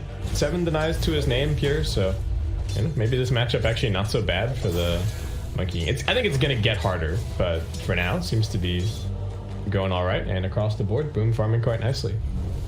Yeah, I mean, he's got an extra 11 damage, right, at this level, so you're always going to be able to take that favorable trade, and he's just been able to position himself well enough that he's not taking harass all the while. I guess the little bit of extra attack range kind of helping out with the Monkey King compared to sort of your traditional melee is the Venomancer. And he's got aggro tricks as well. Constantly dragging off like the 1 creep just to CS it, so making it harder for Carl with the low attack range to really do all that much. Zephyr is looking to drag another wave, it looks like, here, and he's actually rotating over to mid. The point in the chains, could get the slight. Makoto taking some damage here, as already being galed up, so wants to salve, but is Zephyr gonna see this and somehow interrupt it? No. See the salve coming, but I think won't be able to do anything about it. They were waiting for the Venomous Gale. Here we go. They're gonna make the play. Yeah, looking for it. Gale comes out. It is level 2. Zephyr waiting here. Got the slight chains, but Makoto pretty tanky and still has the fairy fire, so I'm gonna let him go for now. Does opt to use the Boundless Strike just to get those Jingu stacks up, but I don't know. Is he actually gonna get to hit anything? I guess the Creepo's pushing now. There is another Gale. He's also coming in from the Tusk. We're gonna block in. Zephyr takes to the, and that is gonna be a quick kill for Makoto. All right, nice. Oh, nice. Nice fortification there, blocking the Boundless Strike from cleaning up the rest of the wave. But still, Boom, all 3 lanes doing pretty well in CS. Cuckoo getting chased out of bottom currently. And FBZ actually doing all right. Raven about to crack level 4. Zephyr rotating up here now.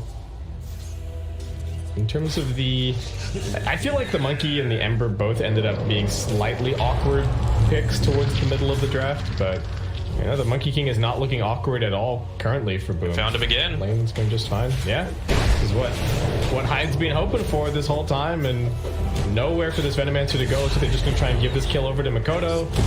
Gets the healing going with the Boundless Strike, and he is right as rain. Pushing the wave all the way into this tower, so Makoto is either going to be able to rotate back towards the jungle or contest one of these bounty runes, perhaps. I'm a little bit off on the timing here. I'm going to take quite a lot of damage from FBZ. Raven comes over, but only so much that he can really do. Zephyr's only level 2. Yeah, Zephyr looking kind of dead here. And that is now a killing spree for Makoto. All right. It's another one of these games. Do you still want the prediction on the screen, Danog? Should I, You know what? I'm going to commit. I'm going to commit to it. All right. Let's see how this top lane goes as well, because I feel like Raven, he's still having an alright time up here. Yeah.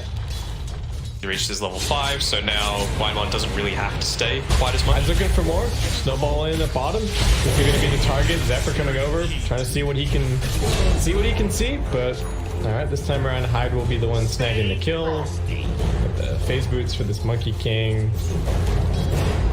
Yeah, this Tusk is just everywhere.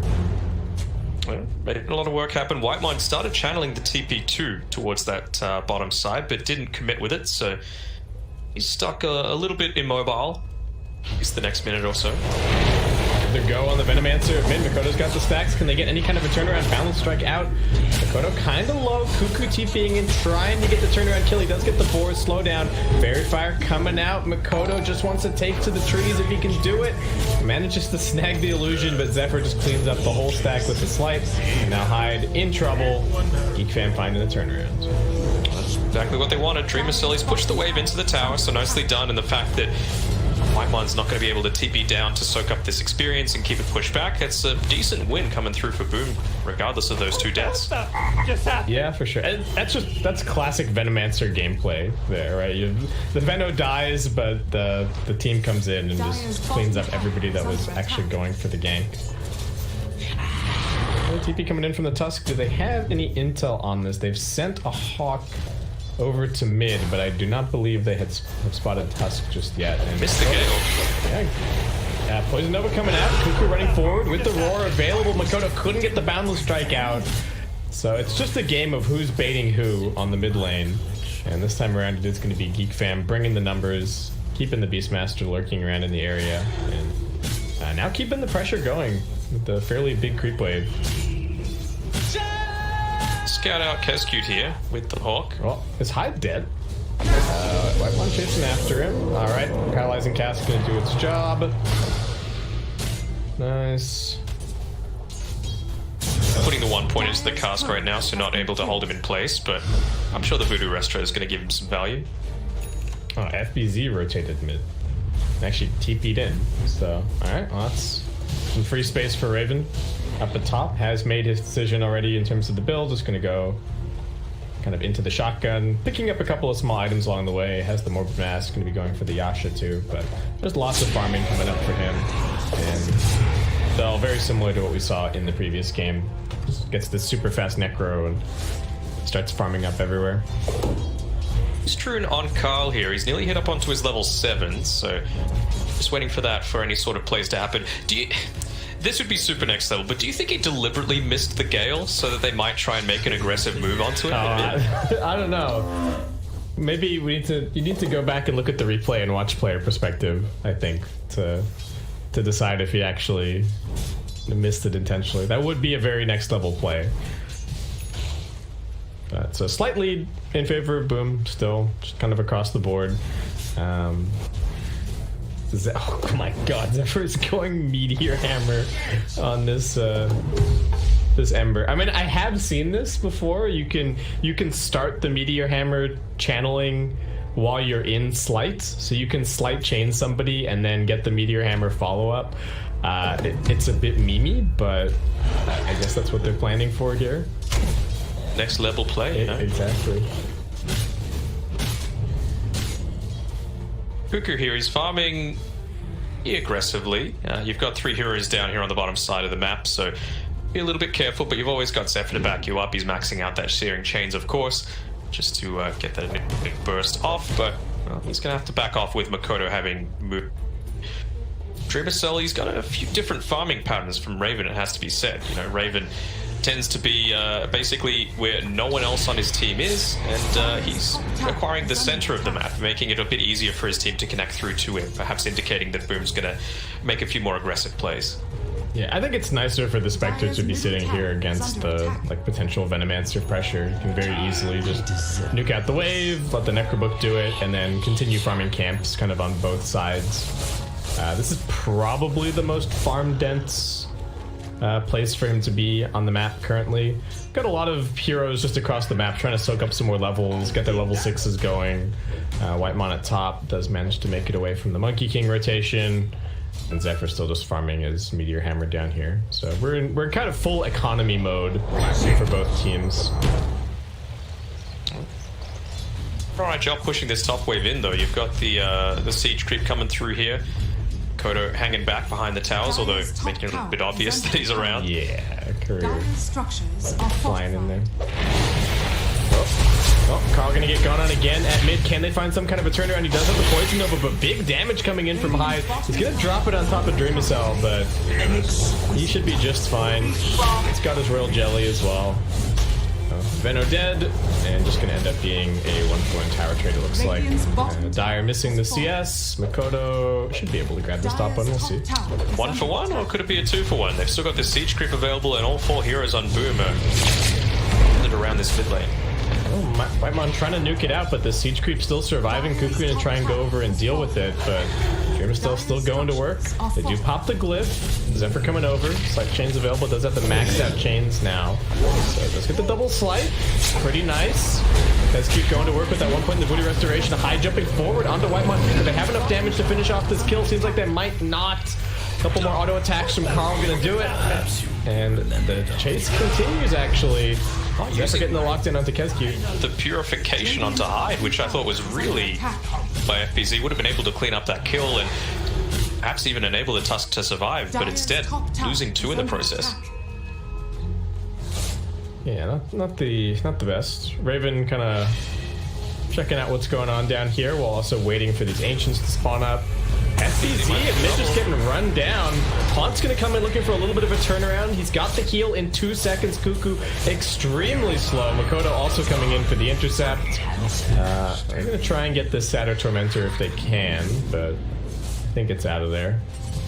I mean, that's the thing. I like the way that he's building, obviously going up into the pipe, preventing a lot of this magic damage that's going to be the burst that Geek Fam have. Whitemon's looking very dead. Yeah, just gonna leave it for Makoto. Get towards that Echo Saber a little bit faster. Spec just farming. Kescu dead over on this side. Raven just cleaning him up. A little bit of help from Zephyr. Still 1 component away from the Meteor Hammer. Because that's the thing, right? You have Kescu. You have Cuckoo, who was in that mid-fight and he clearly wanted to get a Primal Roar onto those people that were pushing the tower, but you've got Omni Knight standing right there, who can just use the Heavenly Grace to strong dispel it. Yep.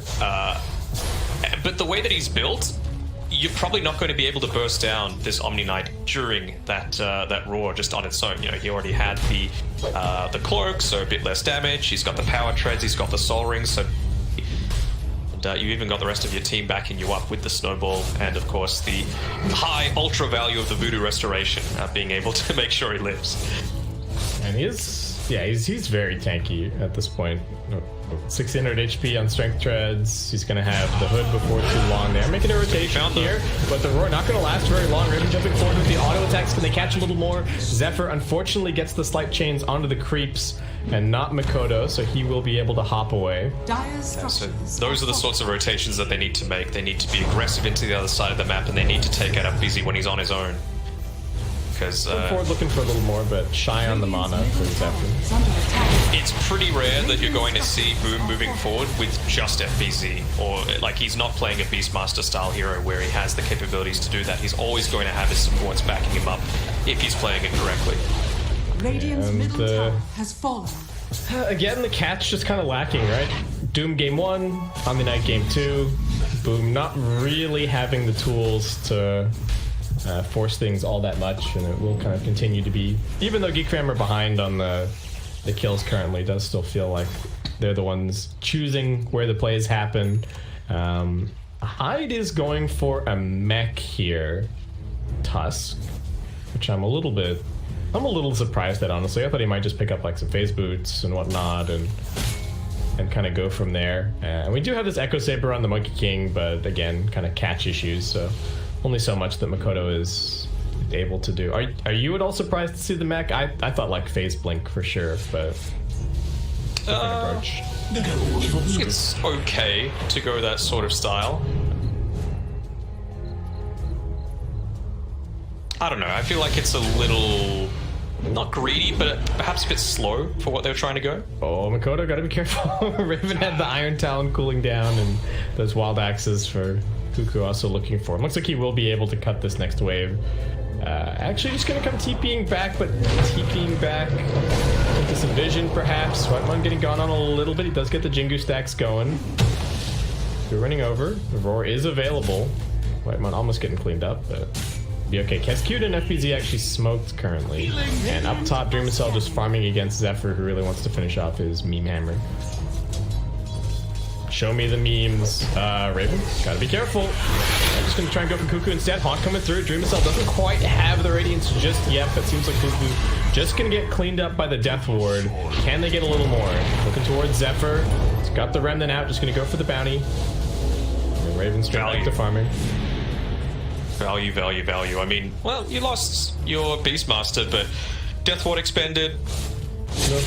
Haunt expended. For a Haunt still being bounty used, that is not really a whole lot for Boom. Let's be real here. And they had to move back to their side of the map too. So Raven, he's just happy to camp himself up here. Caught by the shards at mid. Can they find the turnaround? He gets the Poison Nova onto everybody. Zephyr looking for the slight chain. See some damage, but they've got the Omninet ultimate pop. Still ticking down pretty quickly. Zephyr with the 3-man stun. Makoto is deniable. Can they go for it? Won't quite grab it. So 1-for-1 thus far. Raven coming in for the cleanup. Pops the Tusk instantly. And now FBZ just getting slowed down by the boars and will slowly be worked into his grave. Going on Venomancer is just always, it's always such a bait. Yeah. it really never feels like it works out for you. Yeah, I mean, Carl could end this game with what, like 15 deaths, and they could very easily still win just because of the way that the hero functions. You know, you get off that Nova. It was only a level 1 Poison Nova too. That's probably one of the spells that has a big amplification between 1 and 2. Nothing like a, you know, a Conquer or something along those lines. Yeah. Yeah, and Geek Fam just take this as an opportunity to head straight into the Roshan pit. Morphling doing decent damage. Hyde wants to come over and try and contest, but I feel like it's just going to be all Geek Fam all day. Zephyr's here. Show me the Meteor Hammer combos. Let's go. It's not actually that easy, especially if you're only sliding on one hero. You have a very narrow window to... and especially because typically with the slight, you're not going to be clicking directly on top of them. Yeah. So you kind of have to like slight and then move your hand, so you move your cursor to get the Meteor Hammer off. But, so we'll see. He's just using it to clear waves for now. That clumsy net will help though. Yeah, that's going to be pretty handy. We do have another Haunt in 15 seconds, and the Spectre is still the #1 net worth in the game currently. Still a little bit of a worry for Geek Fam. But this is the thing too with Carl. He's just got an Essence Ring, so he's going to be able to survive that couple of extra seconds longer. He's got his level 12, so that Poison Nova's leveled up too, and he's building into the 4 stuff. So right now the name of the game is just survive, survive, survive. Zephyr just with another Meteor Hammer. Continuing to clear, buy some more space. I've always put my faith in We'll just have to see what this Omni Knight ends up being able to accomplish. Is under attack. Fights. It does feel like it could be... Well, it could be similar to the previous game where a lot of it is all just hinging on the Spectre and whether or not Geek Fam are able to do anything about this spec just exploding on net worth. Radiant structures are fortified. This is a weird one, Danog. I'm watching Ember Channel Meteor Hammer constantly at top. Value. They can't push into him. It is tricky. He can just keep a Remnant out, and you know this is kind of like the old Battle Fury Ember, and that he's just clearing every wave and not letting them ever get to the tower. Really, FBZ trying to do the same at bottom. TP's coming in from Hyde and Kescute, but won't really find anything. Who needs a Treant Protector when you can just use an Ember Spirit instead? Ah, yeah, exactly. Another Remnant out, and the story continues. Dreamcell just working on the Manta. Oh, we got the shotgun on Raven. So it's around here on the Spectre. He needs to be incredibly careful. They're trying for the wrap around the backside. The Hawk, I think they spotted him for a second. Looking for the roar. Cuckoo lifts his hands. Kescute gonna put his life on the line. And here comes the Hawk. They're looking for a little bit of a turnaround. All right, Cuckoo is gonna get the roar out. Dreamcell getting controlled somewhat as Whitemon just gonna go for the TP. He does succeed. And again, you know, not what Geek Fam were hoping for there. They just wanted an instant kill with the shotgun, but also a Haunt used, and again, only losing the Beast. I think he roared an illusion, unfortunately. So that's never a good thing. And as well, I know they were on a little bit of a timer. He could sense something was up, and you had the Witch Doctor rotating through for the defensive play. But there was 4 seconds left until daytime, and I think the Fog of War ended up saving Dreamcell there. Yeah, he was like... He lifted his hands, got into the fog, and then Witch Doctor just kind of tanked the game. from there. Didn't even die on the knock, right? Nope. Nope, just able to find the turnaround. What else is going on? Who's got items? All right, Makoto's got a diffusal blade picked up, so he's still looking all right on the net worth. Morphling with another minute and 20 seconds remaining on this Aegis. And really wants to just get some kind of a kill with this E-blade going, but hasn't been able to. Still slightly behind the Spectre in terms of farm. And you should just accelerate. Holding on to the broom handle currently. Have we not had any better options? Actually, there's this Nether Shawl. Why is nobody interested in Nether Shawl? I mean, if it was me, I would give the broom over to the Monkey King, right? Just for that incredibly extra range, and then just give the Vamp Race to the Spec, right? Yeah, that makes sense to me, for sure. Looks like Geek Fam, they're happy to just use the remainder of this Aegis. 40 seconds left to get the tier 2 tower. That's going to open up the jungle for Raven to continue farming up the remainder of his Skadi. Just continue this greedy style of play. Jump forward from Makoto, but Zephyr able to get that remnant out in time and jump away. Dreamacell pressuring top, but doesn't have the haunt to join the team currently, so just relying on the information that all of Geek Fam are over on the Radiant side of the map. Pressuring there. Boom, just kind of farm stations. Is this just going to be another one of these games where it's same as game one, just farm, one big climactic team fight, and that's the end of it? I mean, I suppose so. It could be one of those instances where the neutral items start to come into play. Tier 3 are coming up, and that's where some of the more game-breaking things become available. Either side, to be honest. Like, can you imagine just something like a Quickening Charm could be really impactful for both of these teams? Well, all right, they've got another haunt, so Boomer smoked up looking for something, but Whitemon with an invis is just going to break this. They have any way to deal with it. Yeah, Cuckoo's disconnected, so Whitemon able to report back to his team that he's just spotted Kazcute over here. He's got vision. Cannot see him though. Detection just yet. Seeing some Glimmer Capes on both of the hard supports, so trending back to a lot more traditional. Man, they've nearly the identical items queued up, or it's acquired. Shadows on our Witch Doctor though. Yeah, not opting for the full Tranquils or anything. Morphling still going Skadi, but it's gonna take a little while for him to get there. Venomancer, just a Vessel and a Force Staff. It's kind of this is the style of core that I think you need to have if you're gonna have a Morphling. Definitely somebody that can make a little bit more space. You know, you can obviously have like more of a ganking hero than the Venomancer, but there's only so much farm on the map, and a lot of it. Yeah, and now you would think that what Geek Fam are playing for is level 15, nearly acquired by the Veno. It's pretty damn impactful having that Poison Sting or the Gale impact wards. Or your teamfight potential, and of course the Glimmer Cape. I think they've basically got the Force Staff acquired as well by Zephyr, so it's just about kiting out, and it's one of those rare instances where you actually don't mind an extended teamfight happening against a Spectre with a Radiance, right? Like, you've got plenty of potential to have missions, and yeah, we'll see how they play it. Yeah, their extended teamfight is certainly good. Oh, Whitemon again, scouting out here. Oh, here we go, Soulbind, double shotgun, big damage. Nobody dead just yet though. The Omni Knight's pretty tanky. Do get an immediate buyback. They're looking for the turnaround onto Raven. And with the waveform already used, needs to get the cooldown back up in a second. They're gonna force staff him forward. He gets the waveform out, and boom, just left empty-handed. They're gonna look for a little more, but we've seen what happens when you chase into Venomancer, especially up a hill. So they're just gonna let them go. Back it off. Get the outpost capture. I mean, value for Geek, right? They have Haunt expended, buyback expended on high. All for what? E-Blade, and I suppose the Morph cooldown was used in the Soulbind, but much lower downtime. And Cuckoo even kind of looking for a little more. He's got the pipe picked up. Zephyr. Hasterin as well. It's bottom river. Zephyr just been off farming with his Meteor Hammer this whole time, right? Getting gone on, comes back to the Remnant, just trying to force him around.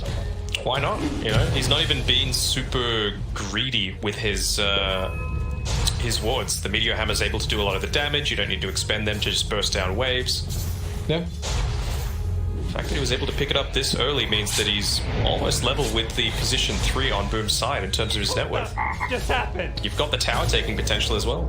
Yeah, and these bulk force staffs combined with the lack of real lockdown on the side of Boom just feels like, is the Monkey King ulti ever gonna do anything this game? Like, I could definitely see the play where they just chain use it on him, right, and just push him out of his own. Yeah, even that could be problematic. And as much as, you know, I have to give credit to Mikoto, and I have to admit that I was a little wrong about how that mid lane was going to go, but still the Monkey King's overall impact since hasn't been too crazy.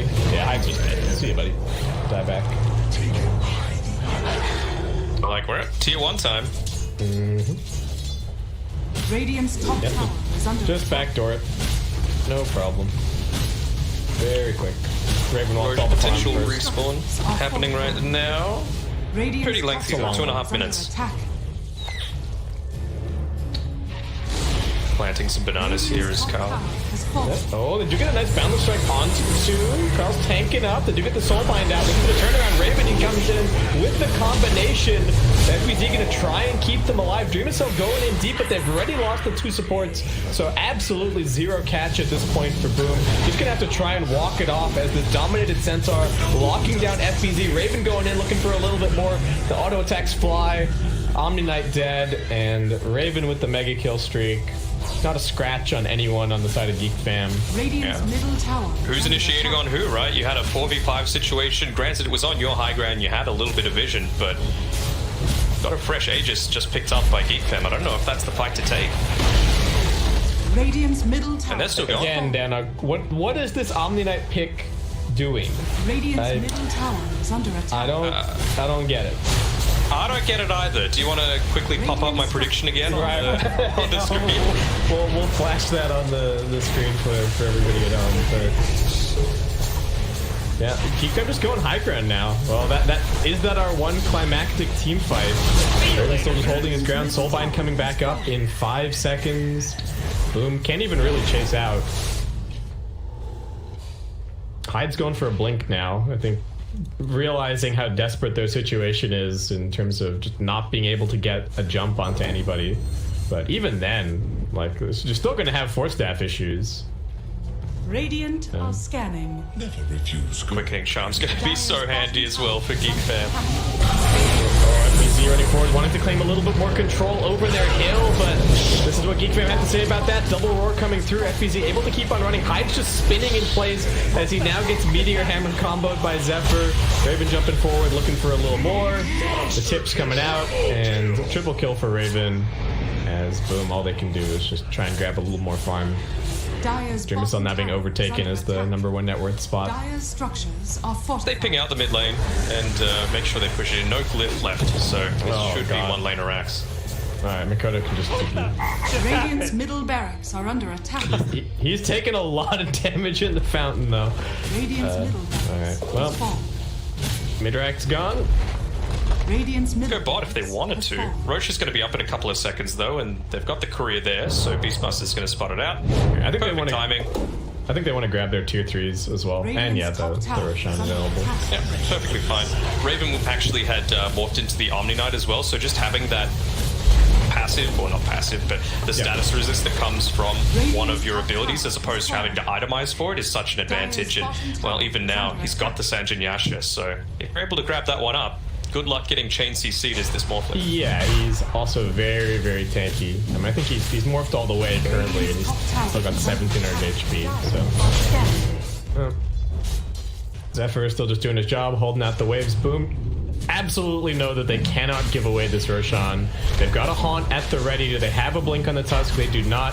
Roshan almost dead. Dream himself checking it out. Needs to go in there. Cheese has already been picked up along with the Aegis. Hyde on the front lines already just slowed down to a crawl. They're going to drop the Poison Nova just for him. Dream himself jumping in. Does manage to find the one kill at the very least. Carl on the back foot a little bit. Still getting auto attack down by these illusions. Will be finished off. So 2 dead thus far. Raven getting kited around somewhat. Has lost a lot of his mana. Trying to help out his Ember, perhaps. No, he's actually just going to go straight in. Double kill immediately. Here comes the slows onto FBZ. Dreamcell doing the best that he can. Cuckoo just going to keep on running forward. Dreamcell just nowhere to go. Too many slows, too much damage. Ultra kill for the Morphling. Zephyr is still being chased by Mikoto. But he found himself a haste, and now he's out of there, so... 2 for 4. Morphling completely cleans up the entire team fight all by himself. No glyph. No tier 2s. This is another lane of racks minimum. Well, looking like it could be a pretty quick grand finals here, Danog. Geek fan putting on a show, putting on a clinic. You never know. Never know. It's 5 series for a reason. I think Boob just need to clean up their draft a little bit. The Omni Knight was not it, and a little bit questionable to even just pick the Spectre into the previous lineup that they had. Yeah. The Doom and the Omni Knight picks, I feel like, have just not worked out the way that they were hoping. And you mentioned, you know, in the draft they've been putting a lot of pressure on FBZ's hero pool, but you know, maybe they just need to grab something comfortable for him earlier on. Yeah, I think it's not even just like the heroes that they pick, it's when they pick it, right? It feels like when they've won, it's been on the back of Dreamcell, it's been on the back of Mikoto, but not FBZ. He's not playing a game-winning hero, and he hasn't won games for them in the past. Soulbind comes out. Oh, they cut down the Monkey King from his perch as well. The follow-up stun is also coming with the Satyr. He does manage to get the BKB out, but they're going to roar, waiting for just the occasion. Double kill already for Raven. He's looking for Kescute. The Glimmer Cape is still cooling down, so make it a triple. Is diving FBZ towards the fountain. Zephyr's jumping away from the Spectre. Dreamcell has now been latched on to, though. Hyde gets finished off, and GG gets called. Geek fan taking game number 2. Convincing style once again, and well, despite how that laning stage went, I think Mikoto did the absolute best that he could out of that situation. You know, fantastic way to start the game, getting a couple of early kills onto Carl there, winning out the last hit battle, which you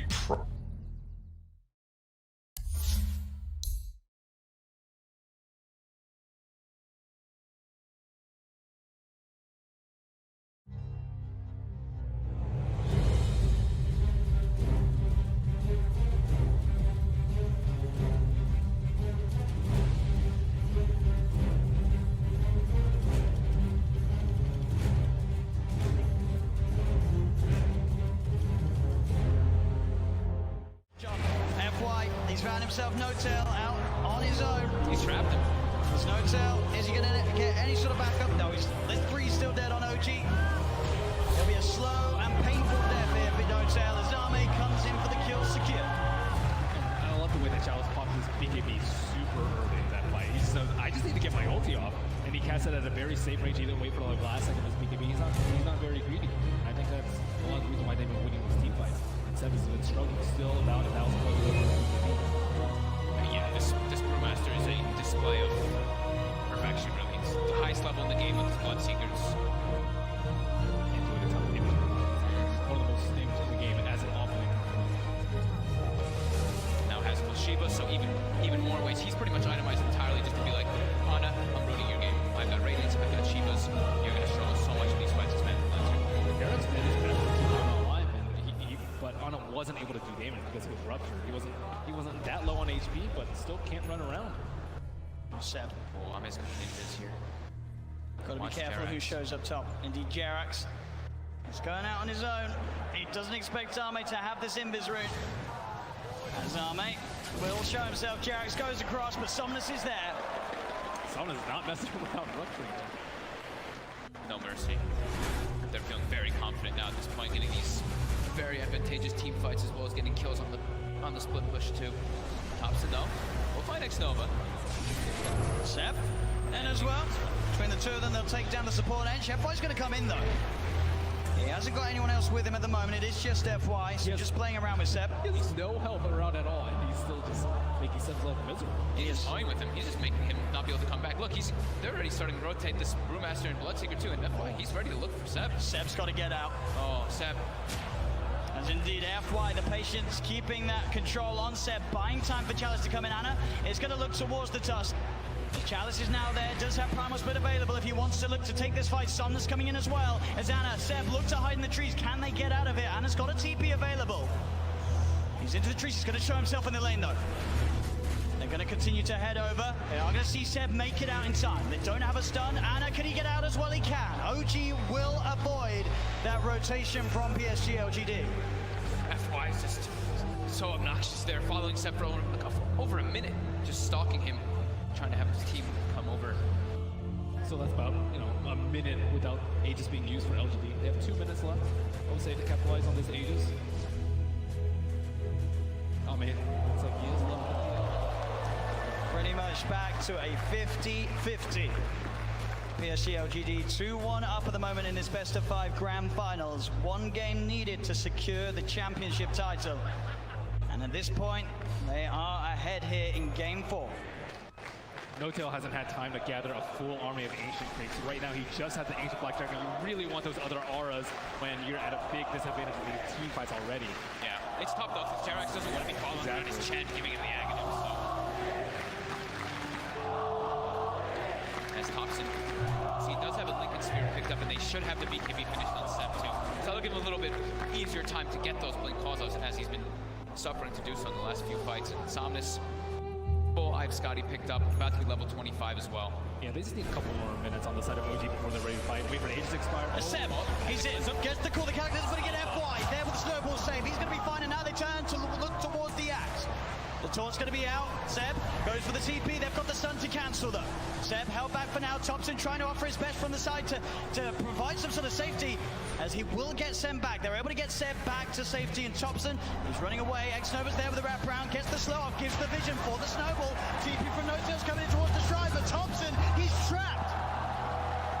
That's twice in this series that X-Nova just comes out of nowhere. Like, he's just on a warding expedition, then he just ends up wrapping behind these people constantly. Perfect time. Perfect timing. It has the sense on creep to move. And look at these deep wards that he's placed during that time that he was running around doing so. He now has full vision of OG. He sees Ana farming these Ancients right now. Oh, Ana. FY just giving so much information for the team. He's got eyes on him. Get the punch on the wrong target, but the snowball pass will catch Ana. Ana, he's in trouble. The blood bright silence connects. He's got the matchup back up in a second, but can he really play his way out of this one? He cannot. Down for a minute and a half. Just having all this vision. X-Nova throughout this whole tournament has had the best vision in every situation, even when you wouldn't expect it. They're just like, oh, they're fighting on the left side. They're not going to have vision over here. But no, X-Nova always seems to have those prepared in every situation. And he has some incredible foresight to be able to have these wars that just lead to really clutch pickoffs. And Axe has not spent his money on BKB. He has the money, but he might be looking to save for buyback. We'll see if any of the buybacks do get forced out. Thompson's still dead for 15. Ideally, he doesn't buy back it. They may have to buy back on Ana. He's gone for 50 seconds. The split coming out from Chalice. He's ready to push in, look for the stun on N0tail to hold back the Chen. As the mid-racks are exposed, PSG LGD, 40 minutes in, able to open into the base and clean out this mid lane of Brack. Still Ana holding on to that buyback. And they're going to keep going here. They really want to force this PL to come back here. Stun onto Thompson. He will blink dodge it.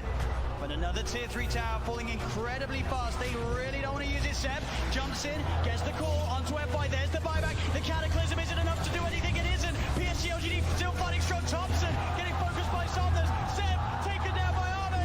The triple buybacks now out as Ana in trouble. He's pulled back for this one. The deafening blast onto the 3 of them. Knocks them back, but Ana gets focused. Seb! He's in with the call. He has the control onto the morphing Somnus. Now being chased by Thompson. Blinks in with the call snap. The PLR is on top of it. They get Somnus too.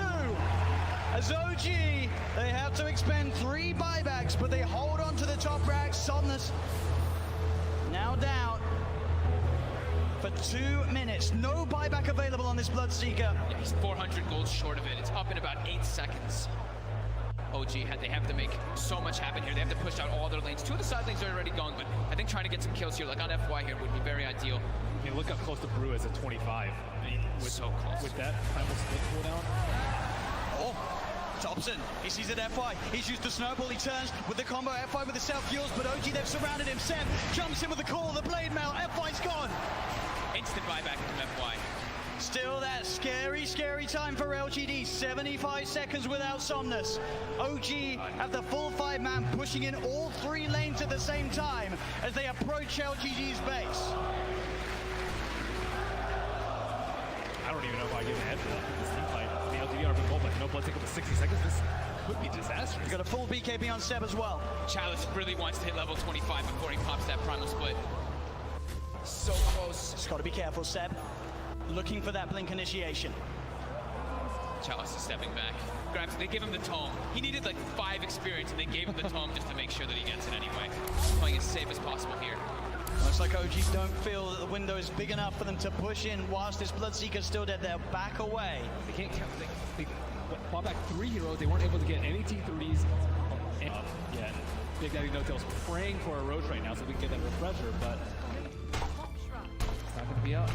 And maybe we'll dodge a bullet.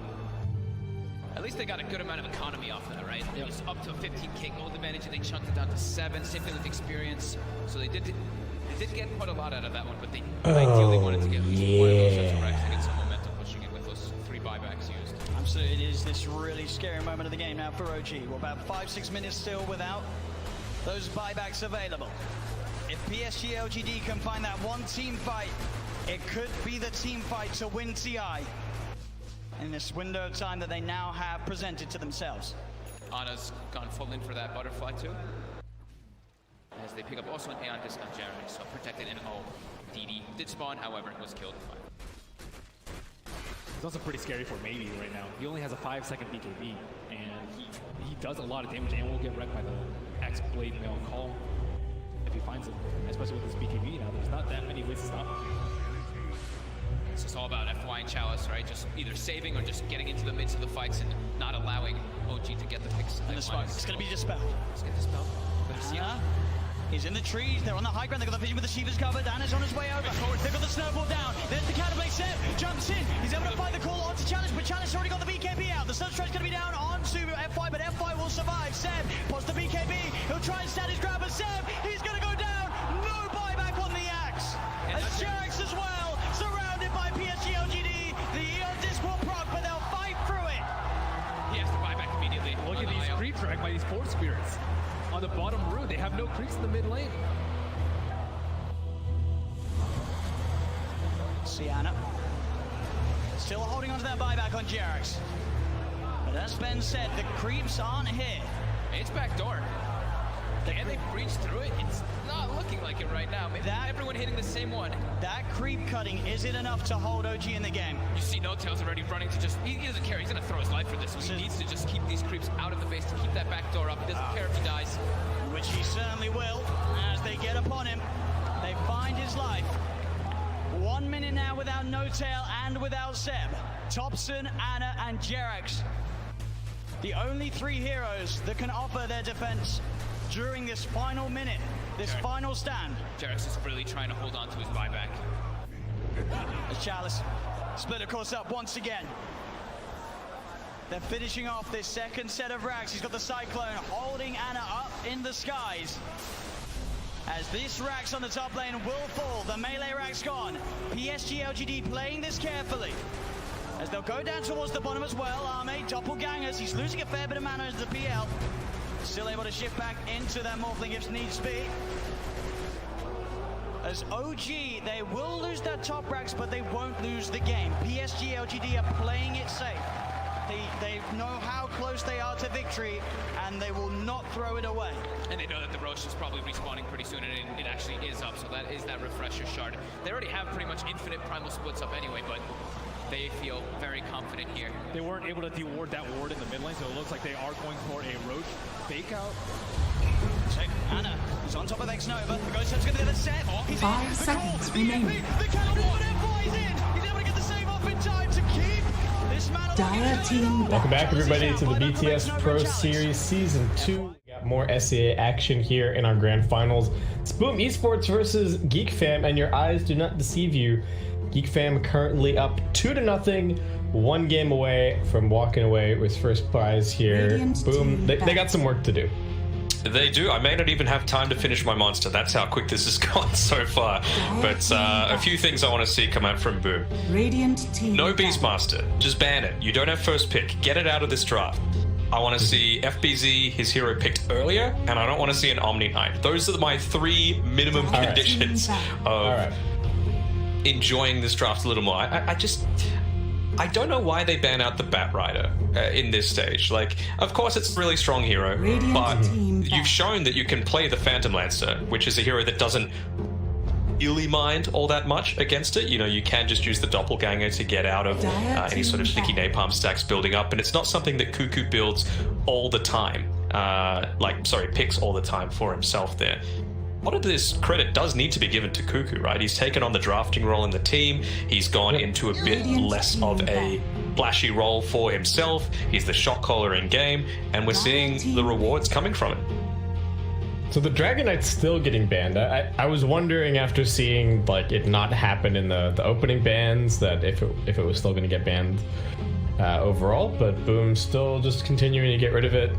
And I'm starting to ask the question, like, do you really need to ban this Dragon Knight every single time, right? Like, I think Geek Fam's one of those teams where they pick it on all 3 of their cores, so you just don't want to give that level of flexibility to it. But by doing that, they've let through the Queen of Pain, which I believe that they pick on 4 of their different heroes, and they pick it up first.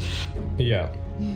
Yeah, so not only do they have an ultra-flexible hero there on first pick, so they get to see and respond a little bit more overall. So we'll just have to see what Boom are able to do and what they can do to pull together the draft at the last pick. So I can slip through the bans already. So yeah, don't think you pick it up this early though.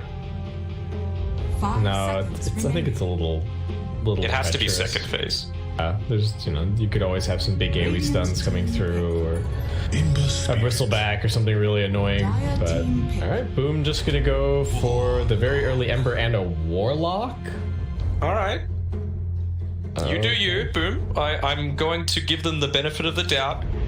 Okay. The Minecraft lantern that he's holding on to right now.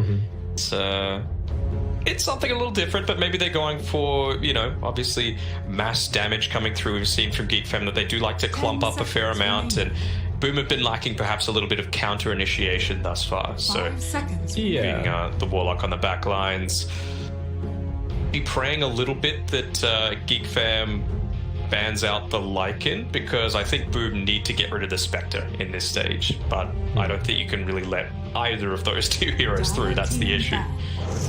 I do think that this Warlock plus Ember is a little bit of a, it's a bit of a combo unto itself. Yeah. The Fatal Bonds with all of the AoE damage from Ember is very potent, and I at least like seeing the Ember because I feel like it guarantees them some catch, and that's, I think, game 1 and game 2, a big problem that we've seen for Boom is that the way that they control games is being able to like run around and actually get kills, and both games they've lacked the means to do that. So at least having the Ember, whatever position he's on, should hopefully fix that a little bit. And Geek Fam just keeping things super open.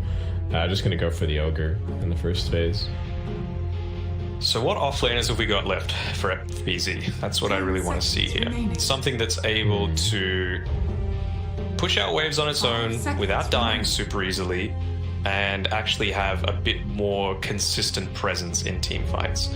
I don't know if he plays the Mars all that much, but I kind of want to see that one come out here. It amplifies the impact of your Fatal Bonds, just keeping people in that enclosed area. I think it would work pretty well together with a Warlock. It's a good additional bit of lockdown against something like the Queen of Pain that wants to be a little bit tankier. So the Tide Band comes through. From Boom this time. Yeah.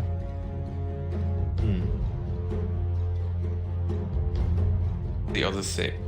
Let's see. Well, it'll come back.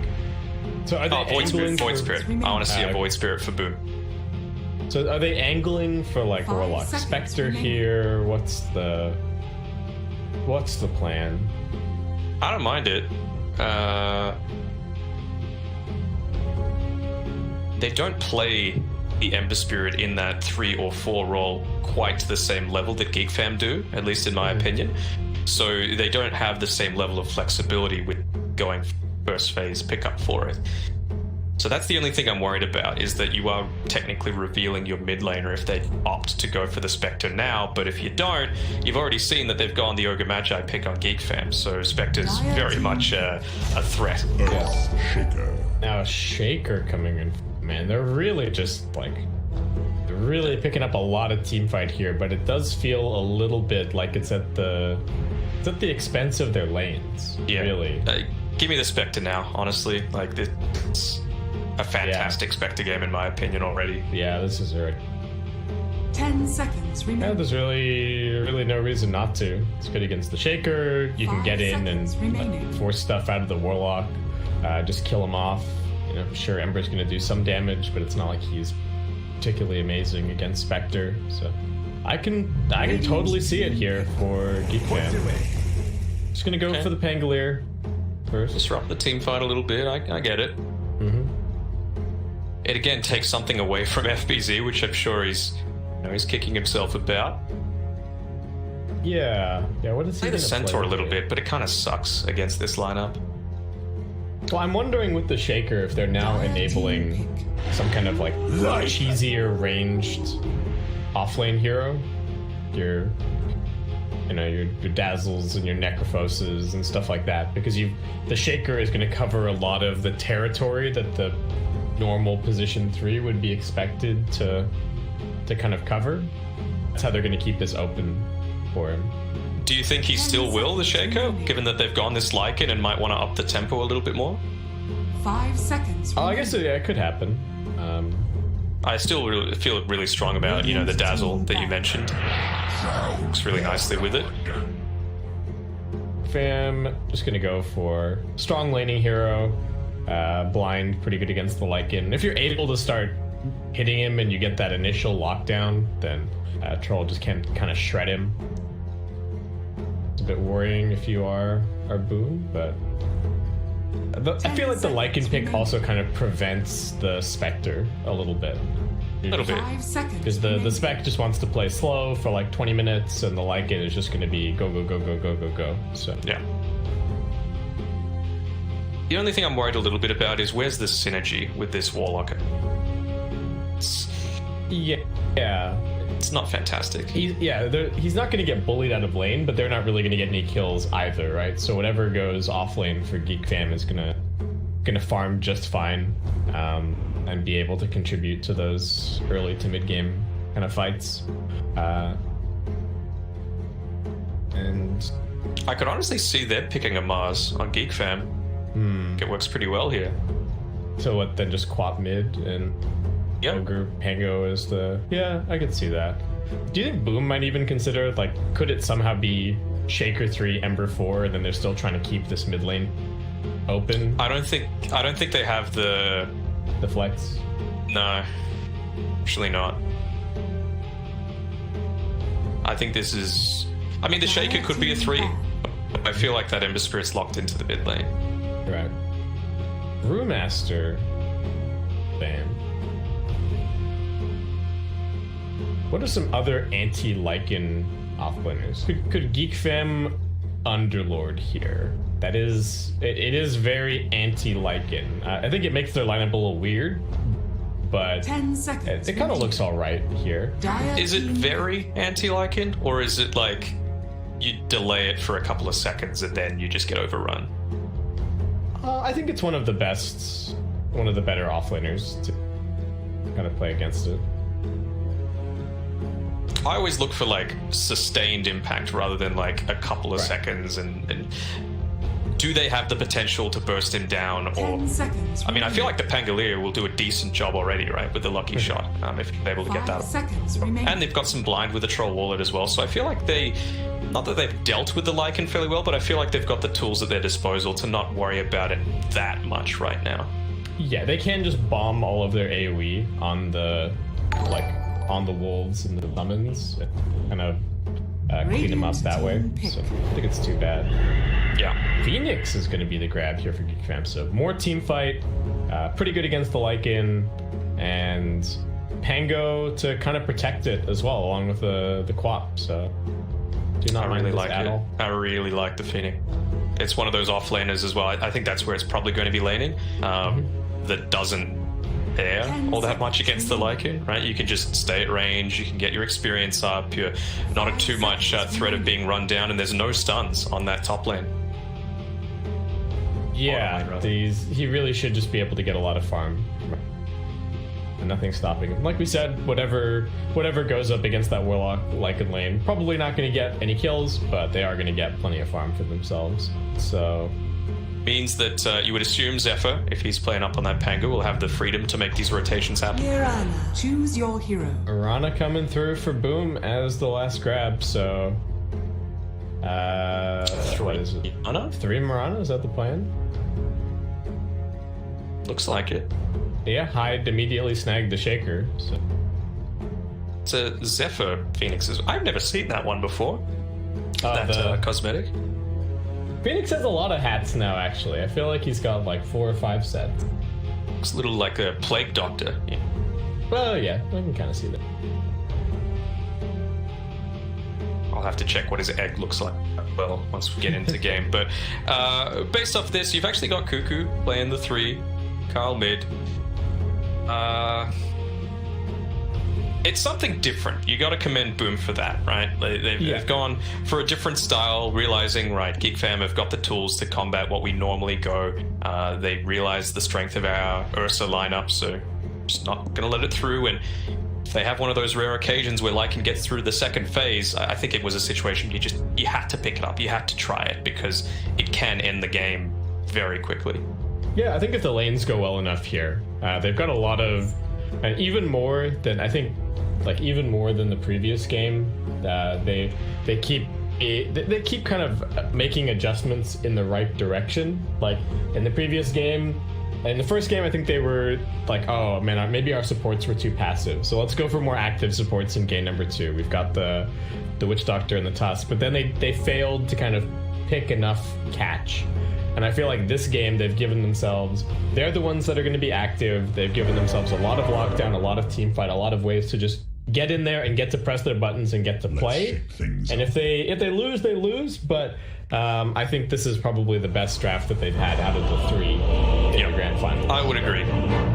With that being said, is this a Geek Fam 3-0 in your opinion? Yes. I think I've got Geek Fam here. But this one is the closest. I think this one's the hardest call to make. Battle. I would agree. I think it really depends on how Geek Fam choose to react to any form of Lycan aggression.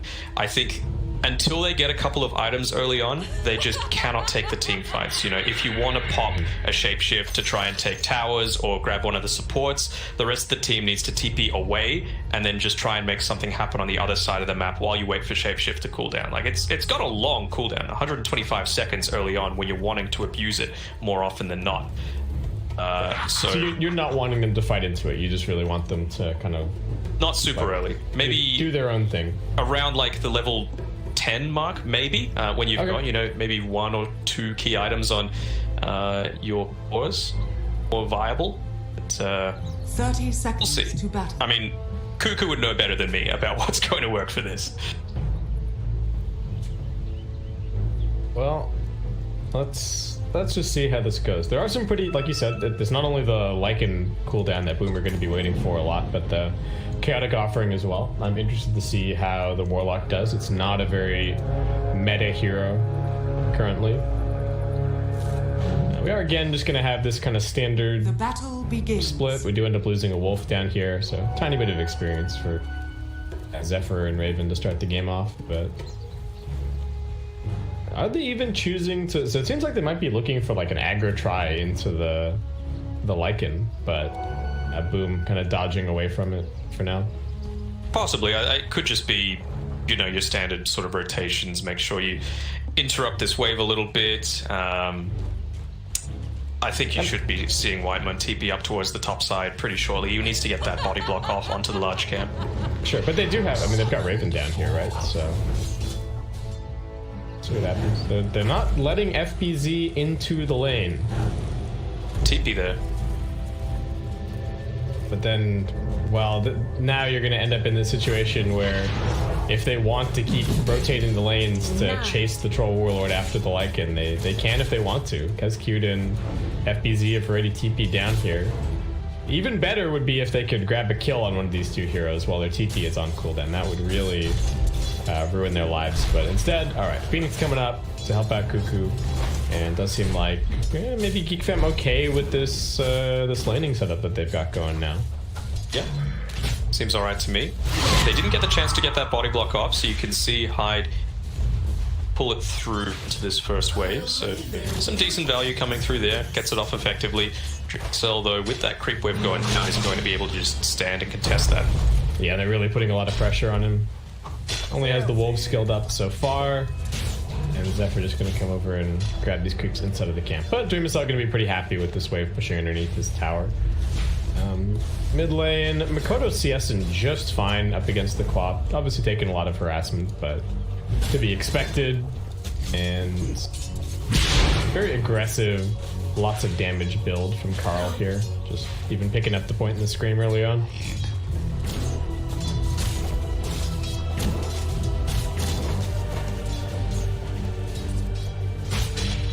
Again, a bit more passive this time around. No more body blocks being expended, and just trying to get up in Dream Cell's face now. Just trying to pressure him. So, do you think this laning setup for Geek Fam is it about trying to pressure the Lycan, or is it are they trying to just get a bunch of levels on the Pango? Is that maybe the plan? Wanting to.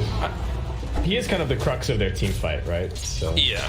I think the Pango, if they can, and Zephyr, so it's a little bit obviously counterintuitive that both of them are just sticking in this lane for as long as they are, but I think it's just necessary in this laning stage. Lycan, of course, so strong with that bonus HP regen, and it's very hard to deal with. And they're going to get more experience playing in their own safe lane than they would in the off lane, right? Because it gives them access to some additional pull options.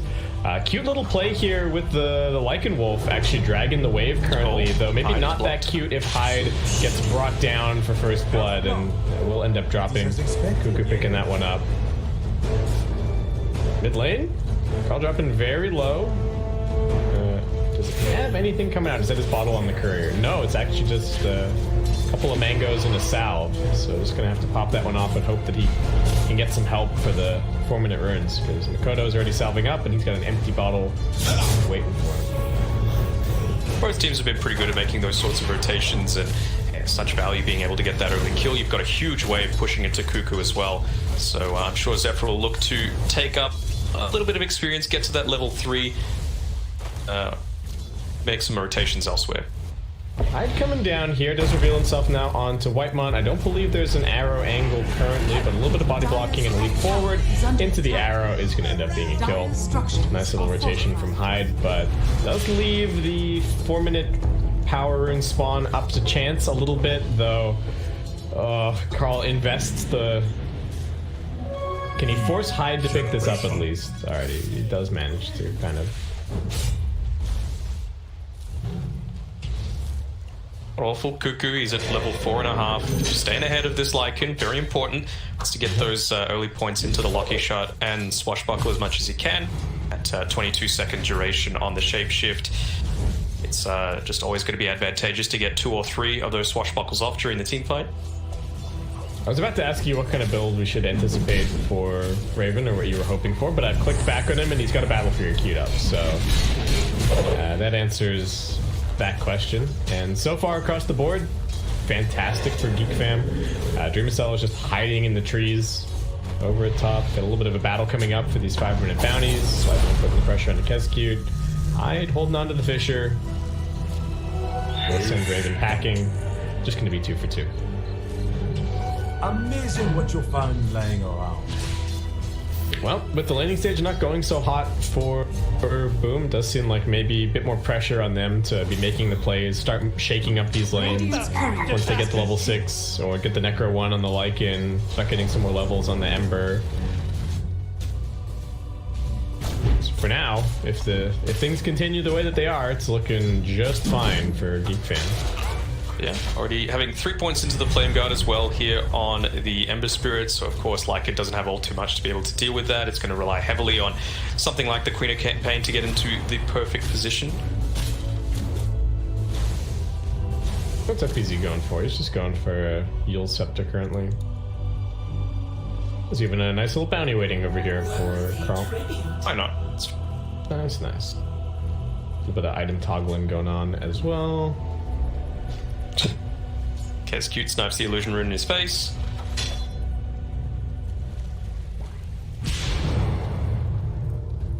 Raven, he looks like he's pretty keen to itemize for the phase boots in this team fight. He's got vision of that arrow that tried to come out and disrupt that for him. Now he's level 6, so he's going to continue putting points into that Berserker's Rage. He wants to have that move speed and as well as the ensnare chance. I think that's the key he's hoping for once this Lycan feels like it's time to go. Dreamcell, I mean, using the ultimate defensively at top, just to try and survive. Looks like he might be able to get a little bit of a turnaround onto Zephyr. As I say that, no, Swashbuckle wildly off the mark from Cuckoo. Dreamcell really wants to finish off this kill. These last couple of spirits doing a huge amount of work, but the Wolf will get the last laugh. And now Cuckoo also in danger. Dreamcell gets the double. It turned out to be a pretty good use of that first ultimate. Playing on the edge there, the Aftershock. 0.6 seconds stun, actually enabling the cleanup there. He had the Swashbuckle available, and that would have been a dead Lycan. Sonic Wave getting threatened at mid. Makoto, it's already used his TP, so can't go and get the free refill just yet. Quap definitely winning this mid lane, 44 and 20 against the 28 and 3 at this point.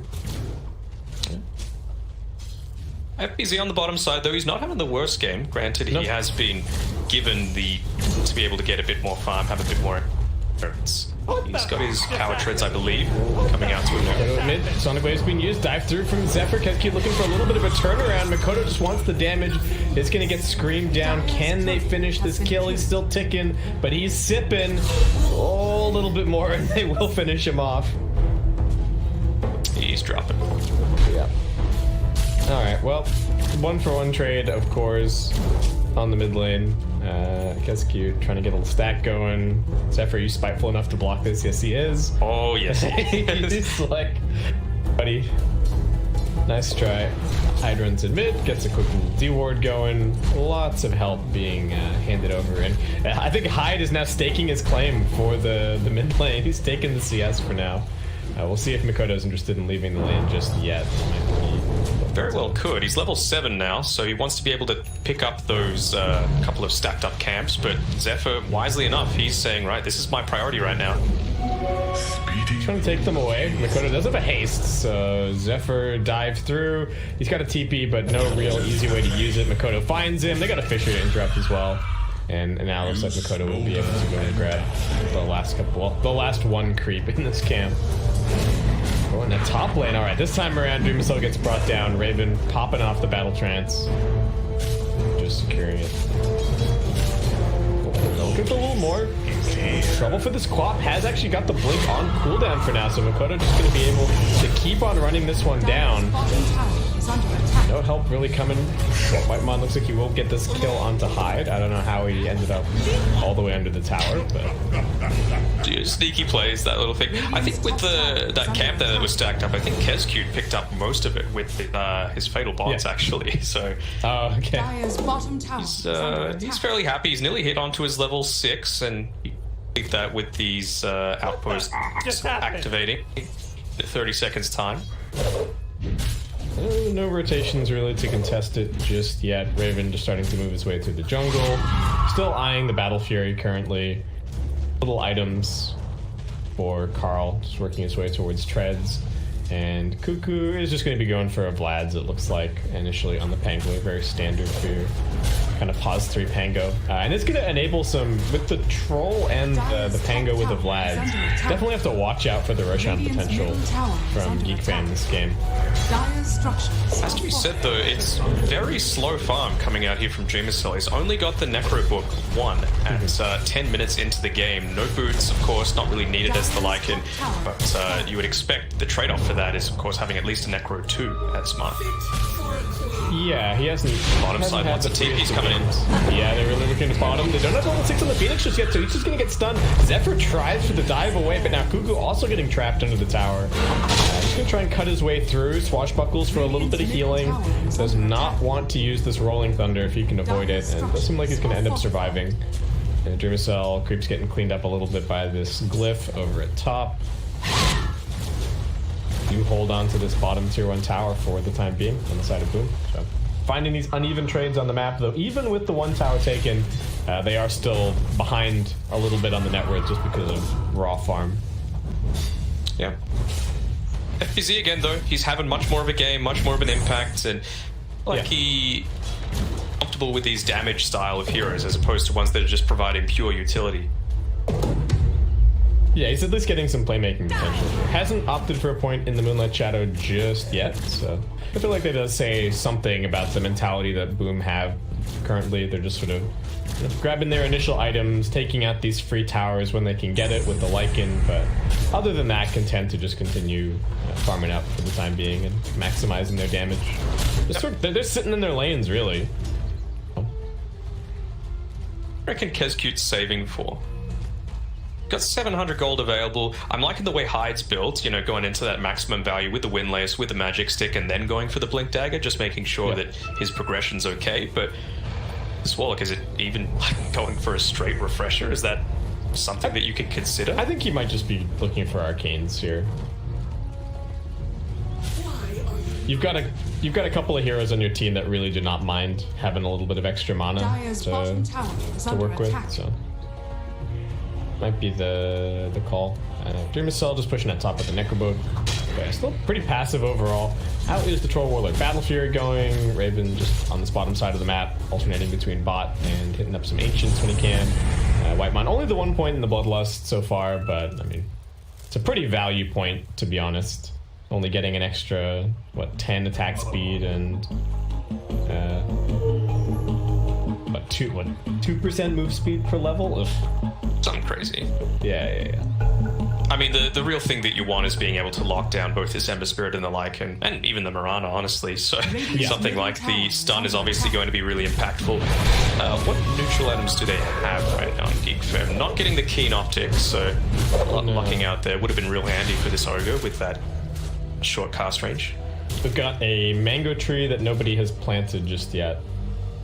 We're on Boom. Keep our eyes out for that. And Kezcute does end up opting to just get a full wand and some raindrops. So okay, it's fine.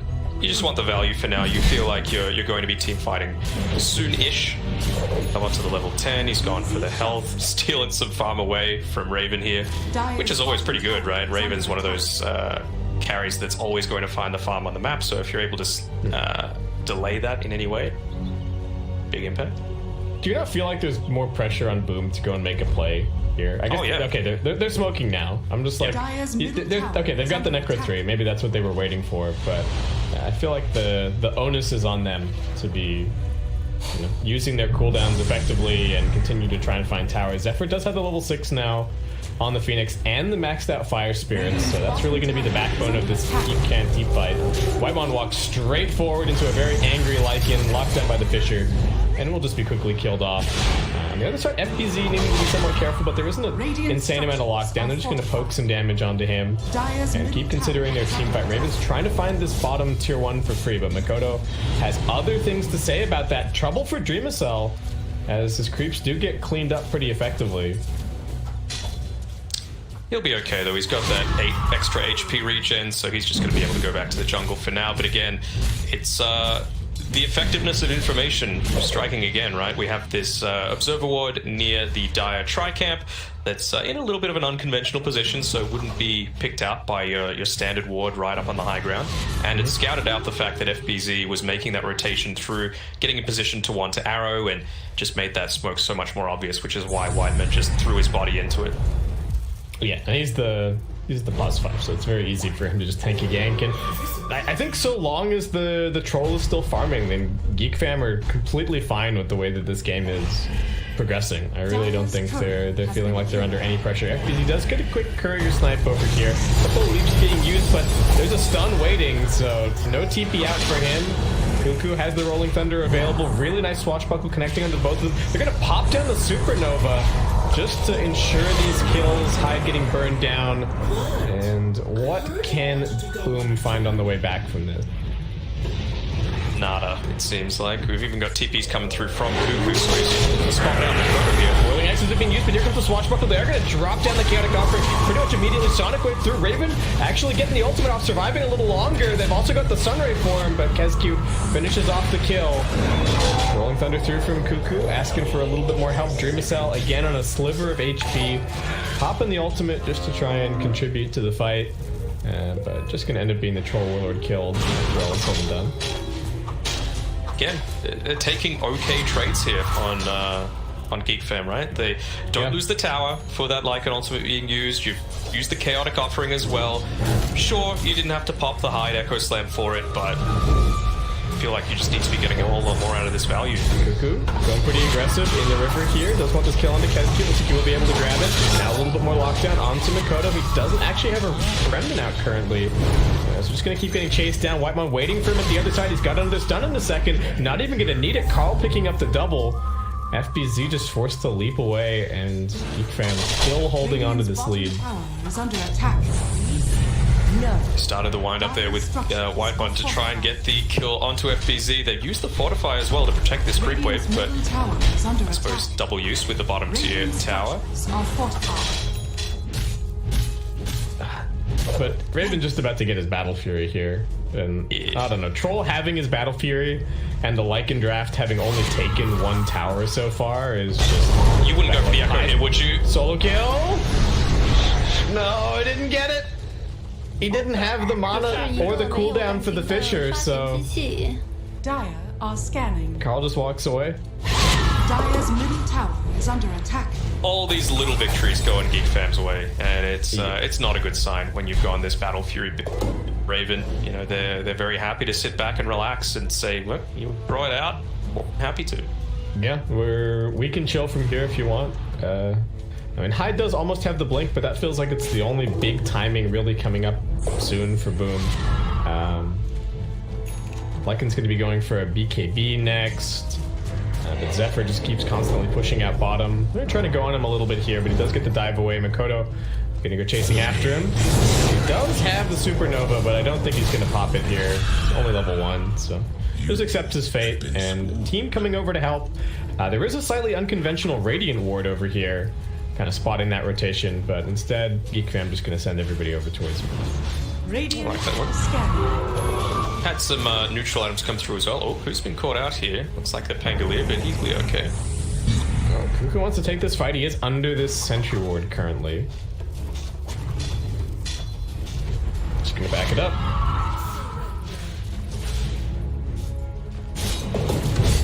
Pet peeve. Items, please, Geek Fam. They're there. Yeah, are we missing some? Who are the offenders here? I mean, there's a clumsy net. Arrow gonna catch him, is that a little bit of a dive? He does have the Supernova, might be able to get it off. He pops it. Here comes the Swashbuckle. They just can't hit it at all. The Rolling Thunder through. Sonic Wave to kill Makoto. Perfect combination from Geek Fam. And they're not done. They're looking for a little more. Whitemon running forward. Does have the stun available. Locking down under Kezcute. Cuckoo going in deep. They are gonna drop the Chaotic Offering, looking to keep him locked down. Carl just jumping forward, wants to finish this kill. The Shadow Word heal not gonna be enough. And Carl heading into the trees. Everything's getting stacked up on top of itself. So 3 for 1. Dreamcell just getting kited around in circles. Zephyr still had one more spirit. And again, Boom just not winning these team fights, even when they use their big cooldowns. Yeah, it just continues going from bad to worse, right? They don't lose all too much in that team fight. They commit so much for it, and now you've just got this extra little bit of time where Raven, he could just sit back once more and just continue farming away, pushing down this tower. Should be a relative ease. Photo, you've committed in fairly well. If he gets lucky with a bash, he goes down. He did get rooted actually, but just as soon as that first hit came out, he was already just telling himself that he needs to play aggressively. They need to keep the tempo up. These Lycan ultimates have really just done nothing this game. It feels like every single time. To me, it feels like, oh, okay, every single time the Lycan pops an ult, he should at least be able to go and secure one of these tier 1s. But, I mean, executing these team fights beautifully. easy. Does quickly snag this outpost up here. Cuckoo's just keeping straight in onto them. Swashbuckle away, getting some good HP going. It's done onto FBZ. Rolling Thunder attempted. Hyde is going to lock him down for a little bit longer. Central Ward getting dropped. Body blocks onto Hyde. Makoto coming forward. Cuckoo, I don't know if he's the ideal target, really. They will manage to burn down the Phoenix as Raven trying to find the Ember. They're just trying to pressure him into jumping, and then Whitemon's camping it out on the other side. Another jump away from Makoto. Fisher from Hyde. Treat for the team, and does have his Blink Dagger getting delivered now, though Echo already on cooldown. Just going to be the Phoenix kill. Some nice target prioritization coming there from Makoto. The Phoenix had Supernova available in about 8 seconds when he ended up going down, so that would have been disastrous if they had that turnaround potential. Now, you've got the Chaotic Offering in 45 seconds, you've got another Shapeshift available. You would think this time, with the Glyph still 35 seconds away, they should be able to at least make an attempt on this tier 2 tower. Seems like they want to try. Who's kind of up here as well, looking to slow things down. This Swashbuckle very, very useful. Radiant's bottom tower. Also rotating through. Does have the level 2 Sonic Wave available. Put some damage onto Makoto. Pretty aggro Blink, but feeling confident with the Essence Ring helping him out. Nice 2-man Fisher from Hyde. Into a follow-up Slice Chain. So everybody just poking and prodding, but Raven's still farming. So I feel like this game... Dancing his way through the jungle. Yep. Yeah, I think he's very happy with the way that things are playing out currently. Nice some mules from Carl just to dodge out of the way of that arrow. Do that, but he did, so there you go. Eventually putting Makoto onto this bottom side, making sure that they're not going to slip too much further behind. 3k net worth lead by Geek Fam. Dota Plus slightly favoring them, but I mean, that's the thing. It's not out of the realm of possibility for them to come back into things, but it needs to happen in the next 8 or so minutes, you would have to say. Yeah, I don't think they can afford to let Troll get 3 items. I don't think they can let him have SNY BKB, because at that point, all he has to do is just press his buttons, and he like auto wins the team fight, right? If he gets BKB Battle Trance off, I think he just kills everybody, pretty much. So. And imagine if he gets a Paladin Sword or a Titan Sliver, you know? Yeah. That's just other stuff that's just going to make it unstoppable. Yep. The Quap almost has a Shiva's, for crying out loud. The longer this game goes on, the more unwinnable the team fights become for Boom. They've got the Echo Slam in 2 seconds. This needs to be... Hyde's got to come up big in this next one. They absolutely have to win this next team fight. There's no way. So you reckon they should be positioning themselves to perhaps take it around Roshan? I feel like that's going to be quite impactful for them, so that they can immediately take another objective throughout the map. The scan comes through from Geek Fan because they realize, well, that's where I would be playing right now if we needed the threat, and it pings out onto someone. So Cuckoo is positioning himself fairly defensively in these trees here. All right, but does get revealed. Hyde running forward. Can he get a 2-man Echo? It's only onto 1 so far, but good lockdown onto Cuckoo. They're going to drop the Chaotic Offering as well. Carl actually jumping in, bombs the Sonic Wave onto everyone. Here comes the Supernova. Can they protect it? That's got to be the big question. They're trying for now. Boom, committing everything to bring us down, but they've already lost 2 heroes. Kesky still has the Golem, pretty healthy. He's running back. He's going to get cleaned up. Makoto half HP, and Dreamacell once again just loses the entire army pretty much instantly and just has to turn tail and run. That is not the team fight win that they were looking for. No heavy commitment, ultimates used, and they even take out Cuckoo before he's able to pop the Rolling Thunder, and you still lose 3 heroes? It's not the way you want things to go if you're trying to make it go back into this. And Just happened. you're able to scout out the fact that this Roshan's going on with the sitting invisible next to him, but there's not really too much they can do about it. Yeah, I'm not sure what they're really going to be able to accomplish here. Jumping pretty quickly, they're running over. Okay, Carl, need to be careful. Actually doesn't have the mana for the Yules currently. He used the Essence Ring. That's trouble. Here comes the Chain Stun. He's going to be brought down. Cuckoo with the Rolling Thunder, just going to make the space. Roche is still holding happening. on to it for a moment. Roshan's still happening. Everybody's jumping in. Can they actually grab it? Raven pops the BKB and now just looking for the kill onto the Marauder. Didn't have leaps left. Tip immediately from Carl. FPC just getting a little desperate there. Really wanted to secure the Aegis for himself. Well, those are the sort of plays you have to make, though. It has to be said. Like, they were falling behind, and, well, they still are. They're at least able to grab the Tier 1 tower during that, with Dreamer Cell not being able to have that big impact in the team fight that he would be wanting to. I think that's AC that's finished up, though, so maybe that's the next timing that they're waiting for. Ultimate's back up online, level 18 on Dreamer Cell, AC available. Try and get a win. there's just so much waiting. There's so much waiting for ultimates here for Boom. There's like ultimates being up, but then not used because they're waiting on somebody else's ultimate. It's like, it's pretty painful, and the overall pace of the game is just so slow for them. Radiant's bottom tower is under attack. I'm really not sure what they do for the next 5 minutes now that this Aegis is up on the troll. Feels like Raven can just kind of go walking at them in the fights, and it's going to make everyone else's life really easy because they've got a proper frontman now. They didn't really have that so much. Cuckoo was kind of filling that role in the last couple of fights, but... Look at this troll, he just melts these towers. He's got the Bloodlust on top of him as well. FPZ committed the arrow to at least take out the siege creep, but he is a siege creep. Mikoto jump away, but it's not that far. They're going to try and save him. Nice Fisher actually blocking things a little bit, but Sonic Wave still makes quick work of him. They've actually caught out Hyde over here. Cuckoo a little bit trapped. He does manage to get the blink off. Okay, living. At least for Boom, but... Oh, they're actually coming in here on Raven. I mean, what does he have to worry about? Sure, they've got Chaotic Offering, but he can just walk at anyone. He wants these creeps. Another Fisher just to protect the Necro books. But this is a Necropopt, and it's not really doing anything for them currently. Top tower It's another one of those situations where you had a 4v3 and make it count. Raven not a part of that previous encounter. And Geek Fan just constantly sweeping across the map. They're tightening the net. They know the Boom can't fight without their Ember, so they're just going to force them all the way back to their base. There is one leap available for FPZ. They're looking for a little bit of a turnaround here. Onto Carl, good chain stun. And they will actually manage to punish him. Cost them the Echo Slam, but...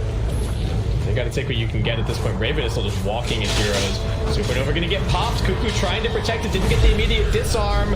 Can they get it in time? Yes, they can. Raven's still getting kited around in circles somewhat. As Whitemon now also getting cleaned up. Okay. Alright, Geek Fam. A couple of gimme kills here, and Hyde chasing, looking for a little more. Gets 4-staffed forward. 3 seconds on the Fisher. Raven and Cuckoo thinking about going on him. Chaotic Offering getting threatened, and here comes Mikoto. Does need to be careful of the roots.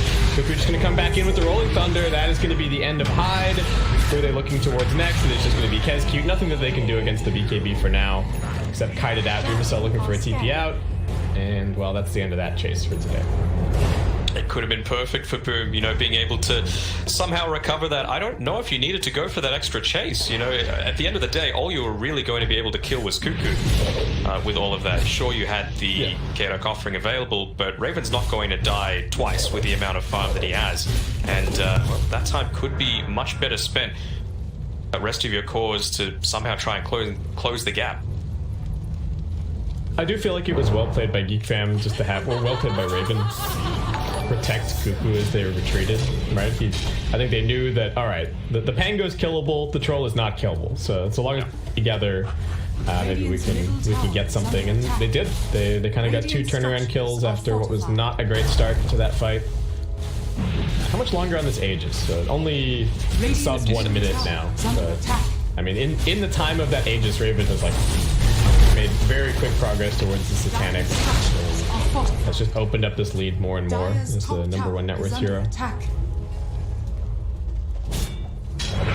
They got a long duration stun through the arrow onto Carl, but he's going to be okay. I'm also liking this Lotus Orb pickup by Cuckoo. I think mostly it's probably going to be used for the Fatal Bonds, just to be able to break out of that, particularly for this Queen of Pain, who might be wanting to play a bit more aggressively. Yeah, and useful for him against the Searing Chains as well, right? Yep. Able to make sure that he gets his spells off. Dreamercell kind of pressuring top a little bit, kind of threatening, but Raven's already up on the high ground here. Tier 3, now you see it, now you don't. FPZ trying to put some auto attacks under it, but he just does not care. Aegis is just about to be reclaimed though, so you gotta be careful about that. They do get a stun onto him. Can they get any kind of a follow-up? Lotus is gonna get him out of harm's way. Those Fatal Bonds just moved. Unfortunately, they connected onto him and a few creeps, I think, so they didn't have the big team fight domination that would be coming through for.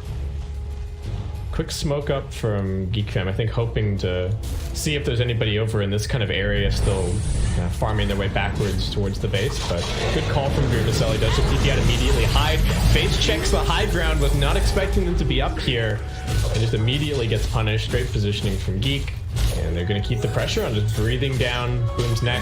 And every time that they've got an advantage in these team fights with one hero dead, they are so good at completely closing off the map instantly. And opening it up for Raven. You know, they're just going to the exact opposite sides of the map. And, you know, worst case scenario, if they were to rotate through onto Raven, it just wastes so much more of their time. Like, it's going to take 30 plus seconds and enable things for the rest of their team. So I think, fam, they've got the tempo down pat. And, well, they've got a Satanic now on their troll, and they did end up finding the, scanning. but it's just going to be in the hands of Cuckoo for the moment. Boom. Rolling out.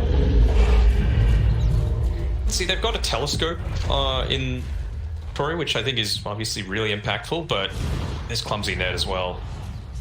So much. And they've got a nether shawl or a Zephyr, so they're spoiled for choice right now on Geek Fam in terms of their neutrals. Yep. Oh, sorting that now. Boom. Well, they smoked and they're kind of walking forward. The lanes are getting pushed in towards them currently, and I mean, 5-man smoke feels kind of obvious. Geek Fam just playing around their high grounds, letting the BKB, Queen of Pain, play in the front. Gonna go for a smoke. I don't believe that this was spotted by Boom. Did they actually see anybody currently? The smoke breaks onto Dreamicel, just up this high ground.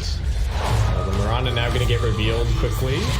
Jumping forward with the Shiva is just trying to force this fight. Makoto hiding backwards. Raven running at them.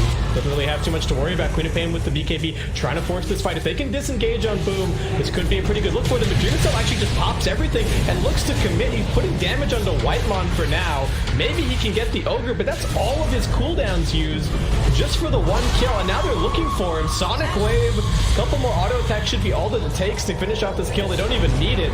On the other side, they do get the locked in onto Cuckoo and bring him down. It doesn't matter though. Cuckoo doing an amazing job. They were all clumped up around this Radiant Tricamp area, but the Warlock could just never get there. Not to use the Fatal Bonds or the Chaotic Offering. Cuckoo just throwing his body in the way and making sure that, well, that Lycan went down. They're looking at Raven here, but you and what damage? Boom. There's this question of how do they actually kill the Troll Warlord? When's Roshan? 25 seconds. So with everything with a lot on cooldown. I guess Boom still have a lot of stuff. They've still got their Chaotic Offering. They've still got the Echo Slam. That was good, bud. It was so good. He was just. Did he just wall off here? I was kind of looking at like Lycan dying over this way, but oh, it was to the left, so the left stair. Oh, okay, so he was over there. Right.